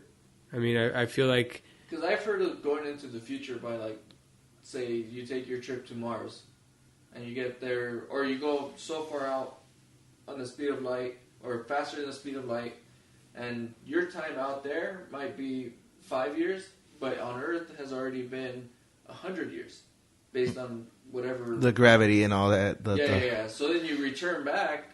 So you've spent 5 years, maybe 3 years out and 2 years coming back or whatever it is, and they've already gone through like 100 or 200-300 years. So you're in the future then. In the future. Yeah. I mean, because it'd be hard to go and repeat. It'd have to be further, but I get what you're saying. Not Mars technically, but say another galaxy. Like because I mean, at the same time, if you're going at the speed of light, you're going far, really fucking fast, and a pebble will fuck you up. Like a light year is a unit of distance, not time. Mm-hmm. And so what I'm saying is, let's say the speed of light is 100 miles, right? Obviously, that's a stupid fucking comparison, but let's say it's 100. So now we say, okay, it's actually 101. So you're just making it faster, which is, I sometimes I read this shit. I tell people, dude, like, I read it and I'm like, dude, I don't know what the fuck this means, dude. I'm trying to understand it, but my mind can't process this shit, The human mind can't. And then, like, these fucking physicists, like, they're doing all this work. They're studying all this, the equation of the universe is -1 + 1. So it's 0, fucking anti-gravity. The exact value of the speed of light is 299,792,458 meters per second. That's... I can't, like you said, I can't process that. Like, no. What is that? How many football fields is that? It's a large number, but it's like your mind can't comprehend it. Yeah, I mean, yeah. That's so fucking fast. Which is cool. I mean, that means. At the end of the day, like, the human mind is just so small, but then at the same time so great. Like the fact that we're able to evolve the way we have and create these technologies and it's just insane. Like, you know, we're nothing, but at the same time, we are something. Like, all in one, all encompassing. You know, it's pretty crazy to think that. It's a nice rabbit hole to go into. And I think it's a good. I mean, we're in a crazy time. I mean, but I feel like everyone says that, oh, it's crazy times we live in, but it's always crazy times we live in. Like, whether you were in the fucking 70s or if you were in the 1800s, like, you know, technology and everything just kind of advances so fast, and it advances exponentially. I was about to say that, exponentially. So, like, for us here, like, it's not just 2 times faster than it was. It's, like, way more faster. So it's like everything's just folding upon itself, and just, I mean, it's going to be interesting. In our lifetime, we're going to see a lot of crazy things. I mean, we're going to travel and land on Mars, which is going to be insane. I mean, I follow space launches Me too. religiously. Yeah. Like, I have an app on my phone that tells me, okay, this thing's going to, you know, SpaceX is launching, you know, the big rocket on this day, and I'm like freaking ready to go. What's the next one? I have the ISS. For people that don't know. Shit, I mean, I haven't looked at it, but do you know? No. I was just about to say, I have the ISS app, the International Space Station. So I get alerts like when it's overhead, and sometimes you could see it. Like in the day, you could see like, oh shit! If you know what you're looking for, you know, people say like you're not looking for this huge ass thing, you're looking for like a tiny little speck, and you could see it. Like sometimes it looks shiny at night, or especially where I live, it's clear as fuck, dude. Yeah. There's not really a lot of light pollution, so I'll get the alert and I'll go out there. Sometimes I can't see it, sometimes I could. So I'm just kind of looking in the general vicinity. It has a great it's an onboard camera, so like sunset. Sunrise, it looks fucking cool. ISS app, dude, look it up. I've shared it with a few people, and they're like, dude, that's real. I'm like, yeah, dude, this camera is on the fucking space station. You know, I don't even need to talk about flat earthers, but the people I've talked to, April 6th, space for the SpaceX launch its Falcon Heavy rocket, which I think is the same one that everybody's seen 2 times already. Is that the Vandenberg Air Force Base in Florida? Or I mean, not in Florida, right here up a little bit up north. Is it VAFB? Because those are the ones that like a lot of people get confused with. Kennedy Space Center. No, that's in Florida. Then the thing is that people get confused when they see like these rocket launches, like the one that happened not too long ago, or the one that happened like 2-3 years ago, where it's like, oh shit, there's UFOs. Like you see. Oh yeah. And especially in the nighttime when you see this weird, you know, like cloud-looking cluster, and then it just kind of like disappears. I mean, if you follow the spacecraft, you know, oh, that's just a SpaceX. You know, yeah. But everyone else is like, oh shit, UFOs and the aliens are here and things like that. So it's pretty crazy. I mean, it's interesting times, really, you know, that we live in. It's pretty crazy. The next date around here is going to be May 16th. SpaceX Falcon 9 rocket out of Vandenberg Air Base in California. Yeah, so that's probably one we'll be able to see May 16th. Unless it's cloudy, and then you're fucked. But yeah, no. I mean, it's those things are all interesting. I mean, it's crazy to me, man. All that stuff. I just enjoy reading about it, looking at it. You know, you see these fucking, like you said, all these exoplanets. Pluto's not a planet. What planets are habitable? I mean, there's so much to go into. The sun's gonna blow up in a few 100 million years. Like, are we gonna still be around by then? Like you said, you know, is it technology? You know, is that part of evolution? The robots not take over, not Terminator shit, but are we like hybrids? You know. A few people have already said, like, we are part robot, you know, like most humans over 13 have a phone, at least, you know, in most, first world countries. And it's, you know, what the fuck? Like 20 years ago, like you would have never had even a camera, you know, a photographer had it. Nowadays, it's an attachment. It's attachment. It's part of you. Your knowledge is tied to, like, let me Google this. Your pictures is like taking over your memories. Yeah. You know, now you have an actual memory, you know. It's not just like a thought, like, oh, fuck, I remember this, you know. This is that exact. You could go back and look at it, yeah. You know? So I think that's where it becomes, like, beneficial in a way. I mean, in many respects. You know, music, well, when you just want to walk around, you know, I feel like thinking of this song sounds tight. You know, I remember I heard it last week, but then let me just put it on real quick and listen to it. But I think, like, one day, like, with technology and everything, I think the way human evolution evolves, this is one of the predictions that in the future, in like 2,000 years, that we'll look back on in another podcast, and we'll look back to see that I was right.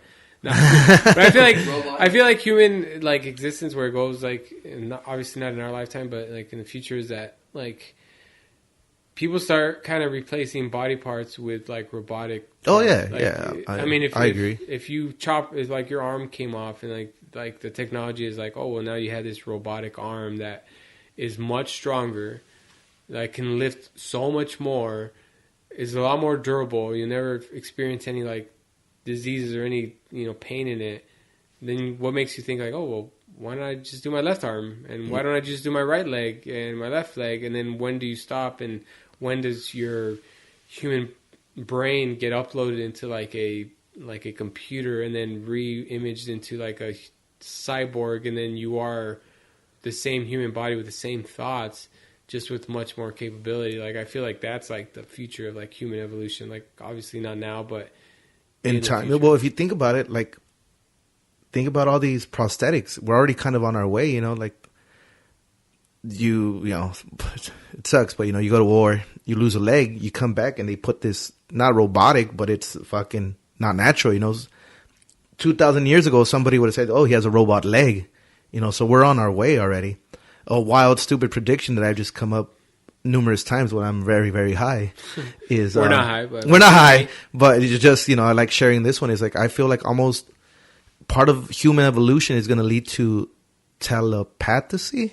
Like, I just feel like that's, just my dumb fucking hypothesis, but just like, why not? Like we learned to communicate. We're always communicating.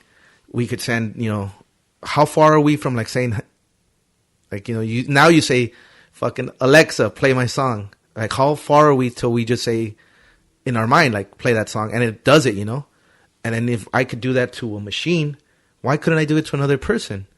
So I it sounds stupid. I know it does. That's why I come up with it when I'm high, because but I've always thought that, like, for the last 2-3 years, I've been like, I think we're gonna be telepathic. But you see, now we're gonna get tapped by the CIA. I think too, like the CIA. The reason why I say that is because the CIA, they have programs where they find these kids that are like super fucking special and super smart, telepathic, and have all these crazy like abilities, and they learn about them and they use them throughout different stuff in their stuff. I mean, I've heard a ton of stories of that. I'm about to look that up. There's one guy that's really popular. I forgot the guy's name. It's been a while since I heard it, but this guy was one of those kids. I think they call him like Star Child. Star Children, and like I forgot exactly what he would do, but I remember it was just like some totally alien stuff, like next level human stuff. And he talks about like how they had a program, and how they would take him to like top secret stuff. He's basically like a whistleblower in a way, and it at a top level. And you see some of the stuff you hear, and you think like, yeah, right. But then he starts talking about it in more detail, and you're like, fuck. I mean, I think it's kind of possible. I'm going to look at, what did you say, Star Child? Star Child. Mm-hmm. Or Star Children or something like that. That's like the project. But at the end of the day, like, nothing is like impossible, like technology. It's evolution. Because I know that too, that there's like some like companies that are working on like finding a way to like install a chip, like kind of like in your mind and your brain, where pretty much like you really don't need to learn anything anymore.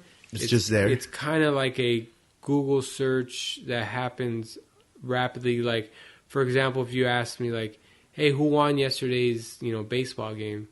And I have no idea. But then as I'm thinking about it and I'm about to tell you, like my mind has processed and searched it and figured out that, oh, hey, the Braves lost to the Phillies yesterday on opening day. And then when I'm about to talk to you, like literally you don't even know that I've thought about it. Like I haven't even stopped to think. I'm just like in conversation.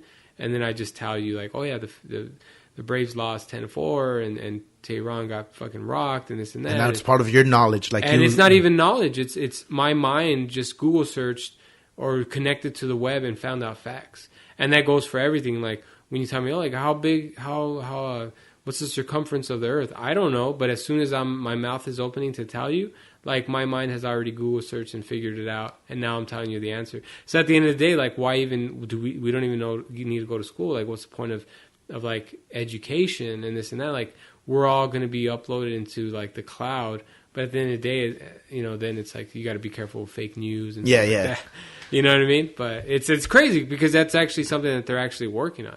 A prediction that I have that I feel is more viable, and I feel like they'll do it in a way where we'll all run to sign up is like there will be like the nano chips, inserting nano chips on this. Like, I feel almost like it'll be like a case where a child or children go missing kind of thing. And then this new technology comes out just around the same time. Like, make sure your kid never goes missing. Like, put this chip in them. Mm-hmm. And now you're like, nobody else knows where the chip is. Because, even I've thought this out. Like, let's say there's everybody knows it's in your left index finger. So everybody just goes and chops that kid's finger. Like, okay, the chip's gone. But if only the parents know, like, okay, at that moment, hey, they're missing. Look on your phone, look on whatever. Oh, he's over here. Like, even if they're whatever, hopefully not being raped or murdered, whatever, but you know where to go to look for them. Mm-hmm. And so what parent's going to say, like, I don't want to know where my children's at. I never want to know that they're safe. Something crazy happens. And so I was, a lot of these are when I'm high. So then a lot of time I'll write it either in my notebook or my phone, and I'll go back and think, okay, that's fucking stupid. And then there's some that I'll read back and I'll be like, that makes sense. Like, that, not sense like, and that's going to happen, but I just feel like I could see that happening, especially, when you use children kind of thing. And not saying that it'll happen on purpose, but just what if some kids go missing and shit like that? Like in Mexico, if this shit was happening in Mexico, the stuff that's happening in Mexico is happening here. Like people, the technology, everybody would be like, oh, dude, we need to fucking chip these kids. And, as a parent, everybody would be like, dude, I want to know where my kids are. I want to make sure I'm not going to invade their privacy. I'm not going to whatever. And then they grew up with the chip in their body somewhere, right? You know where they're at all times. So now when their kids are born, they're just like, oh, yeah, let's just do it. It's for the greater good. And next thing you know, now we're all chipped. And it's one of those things where you say, how are we going to get there? But you can map it out. And that's, I don't smoke as much, but when I would smoke, I just kind of try to go in my mind and see, what am I thinking about? And I know a lot of like the conspiracy theorists are like against all that, like the RFID chip and the government knowing exactly where you are at all times. But it's like, you carry your phone around with you religiously with your location on, So if you're scared about that, you're being tracked anyways. And the only time you won't be tracked is if you do get kidnapped and the person who kidnapped you throws away your phone. Now you're fucked. But if you had that chip on you, they would know exactly where you were. So it's like you're already doing the same thing because you're tied to your phone. Like you signed up to Facebook, you signed up to. So it's like, well, fuck, you can't do anything about it. I mean, it's good to just kind of know what's going on instead of just. I guess you could be on either end. Know what's going on and be cool with it, or not know about it, and I mean, it doesn't matter because you don't know about it. There's a few things that record, like there's a few laptops that would record. They're recording, but they're not. It's not like people are watching behind a screen. It's just recorded and save it for a certain amount of time. For whatever reason, Like I think Google and Verizon were like big companies. I mean, I don't know for facts, but I think there's a couple big companies, that were taking information. I'm pretty sure Verizon was one of them. The Google one, I'm kind of sure. But I mean, at the same time, it makes sense, for national security. If the actual reason is national security, not just to spy on your citizens. Yeah. But I knew a few drug dealers, right? I still do. And when we go grab lunch or whatever, they take the phone out of their battery. I mean, they take the battery out of their phone. They have like old brick phones because they're just so like, dude, they're listening. If they want to get me, they're gonna get me. They don't want me. I'm not a big fish, so I don't need to be on my toes. But if they ever, that's a whole thing.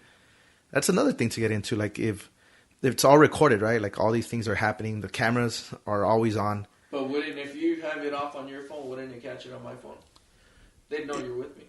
Not if you turn off your phone. Like not if you're like, you get. You turn off your phone, but my phone's on, and you're with me. I guess, know, but they don't really know who you're with. So because it's not like tracking the exact location. Yeah. It does in a sense because it's not like shit. We're tracking Hector. Yeah. Oh, we know he's with David, so now he's tracking. Yeah. But it's there. It is because as far as like the what is it CCTV, they're just recording everything, and then they go back and look like, oh, there was a murder on that corner. Oh, we have a camera there. Let's go back and look. It's not like they're recording to see what's going on 24/7. So it makes sense, but at the same time, like where do you draw the line? And then these cameras, people buy a lot of these, earlier I don't want to say what you said, but you shared about, and I asked, do you guys have cameras? And a lot of these people buy these cameras that are uploaded to the internet, and anybody, Joe Schmo, could just log on and just, he's not looking for your specific camera. but these are all connected to like that Something. to something where you The can just web. like random and be like, oh fuck, like look at their house, look at whatever, and they'll never know it's here or wherever it may Never be. home. But yeah, and it's connected there, and people unknowingly are uploading all these things. Where like say I don't know, I'm not gonna be like, oh, the FBI does it, CIA does that, but if I'm sure people know how to get the exact location they want, like, oh fuck, there's this corner, and just one of those things, you know, it's part of the technology. You know, we don't know what they're doing with it. I'm not, dude. Well, I don't have nothing to hide. Fucking, you have it, but at the same time, it's like, oh fuck, what's on there? You know, is my phone recording my voice when I'm sleeping? Not when I'm sleeping, but when I'm talking to like somebody off the record, and then you know the whole 30 years later outrage. You know, in 30 years when I'm 60, somebody's gonna hear some audio that I was talking about, what like just you know shooting the shit with somebody, and it's taken out of context 30 years later because oh we have all this audio saved. And we looked you up, and this is what you said on fucking this night. And you're like, what the fuck? Because that's what's kind of happening now with everybody. You know, I'm all for that Me Too movement, all that shit, but it's all after the fact. You get me? And you know, who knows where we're gonna go? It's like we have an idea just because of the things that have happened, but I don't know. It's one of those things with technology. Like we don't. Our generation is living through it. You know. Yeah. No, for sure. Like what our kids are gonna experience is like just seeing from like our grandparents what they experienced to what our parents experienced to what now we experience. Like it's just totally different. And I just imagine what our kids are gonna experience. Like it's just gonna be so much more like advanced than what we did. Because when our parents were like computers were barely. I mean, like when we barely were born, like computers weren't in every household. They were like Well, a not only commodity. that, but say, like, you think The about web our wasn't created. You think about our parents' backgrounds. I mean, most of us Mexican American, our parents come from ranchos. You know, Yeah. like, going from like we've seen it from what we can remember to now, and you're like, fuck, you know. But then when you go like rancho status, where like they were eating beans and rice because they weren't going to kill their cow because they needed the milk, you know. Yeah, no, It's like you're so far out of touch to where now you become in touch and then live through the existence of the quick evolution of technology. and that's just one generation, you know. Yeah. Like where are we gonna be in Yep. 3? You know, like Yeah, it's just going to go so fast. Lifetimes worth, you know, multiple times in the future. it's. This is exactly what I wanted, man. Great talk. Great, Good. good talk, man. Good talk. I mean, can't drink as much as we. No, probably want to. yeah. But no, it's good talk for sure. 3 empty glasses. 3 empty glasses. You guys gonna keep going? I'm down to keep going. Or I know it's kind of late. I haven't even looked at my. I got to golf tomorrow. You gotta golf? I'll be up at 5, but I don't care. All right, I'm we'll still- wrap it up and I'm we'll. still down to talk. I mean, there's enough like stuff to talk about that we could like jump on in the future for sure. I mean, it's easy to do it. And it's what I want to do is, I mean, this works perfectly because it's a standalone. You know, you don't need to listen to the next one to know about this one, or listen to that this one to know about that one. Like And each then episode going is its back to own. That serial killer shit. Oh yeah. But I mean, we could always say like episode yeah. whatever So number if you just want is. to hear everybody chop it up, Yeah. you know. All right. The second half. I say it every time. This isn't the South Help podcast, but some words of wisdom for the audience. David, go first, and then Phillip, wrap it up. Man, out of like lesson learned from here. No. Just some words for like whatever your life mantra is, whatever some life tips for the fucking audience. Just give them something so that they go to sleep happy. They wake up with some fucking words of wisdom. Believe in yourself and have passion for whatever it is that you do. You know, if you're not doing something that you're not passionate about, you know, don't always feel obligated to do that. That's good. Nice, yeah. Phil? That was, me, it's more simple. It's more like just day-to-day stuff. It's just like live in the moment, you know what I mean? Like live for today, like literally. I mean, tomorrow, I mean, everyone knows it's cliche, but tomorrow's not promised. I mean, you know, don't plan too far in the future and try to live in the future and then miss the present. You know what I mean? Like a lot of time I feel we do that. Like, oh shit, I can't wait. In 5 years I'll be able to own a house. In 5 years or 2 years my kids will be older and I don't have to be like, you know, picking them up all the time or whatever it is, or you know, whatever, and you know, in 10 years I'll finally have my career. Like live in the today, because like you always end up looking back at the past and saying like, oh man, like I wish I would have like taken it day by day. Like the only day that's promised is the day that you're living in right now. So like make the most of it. Like there's good memories in every single day. I mean, there's certain things we live for, like small memories like this. Like we'll always look back and be like, oh, I remember we recorded that podcast. Like just be appreciative of the moment that you're in always, you know what I mean? And because tomorrow is not promised. Like tomorrow you can pass away. I mean, people pass away every day. You know, your kids can no longer be with you. Your wives or girlfriends or your parents may not be there. Like, don't look too far in the future because then we all age, you know, and we're just kind of like, you know, as we look in the future, we're just kind of like aging ourselves and like pushing ourselves towards extinction and just kind of like, I mean, it's a simple thing. It's just like live in the day and make the best out of each day and just kind of like after the day's over, just look forward to the next day and make it better than the last one and just live in the moment. Like, you know, like, I'm not saying like, oh, be great and be your best self and be, you know, live your best life. It's just like appreciate the day, you know, like I guess that's the only advice I can give, really. That's solid. I try to do both and it's fucking hard, man. No, and life's tough. Yeah. Life's tough. Just wear a helmet. Wear a helmet. All right, man. Hey, Phillip, thanks for coming on. David, thanks for joining us. Thanks for listening. We'll see you next time. For sure. Cheers.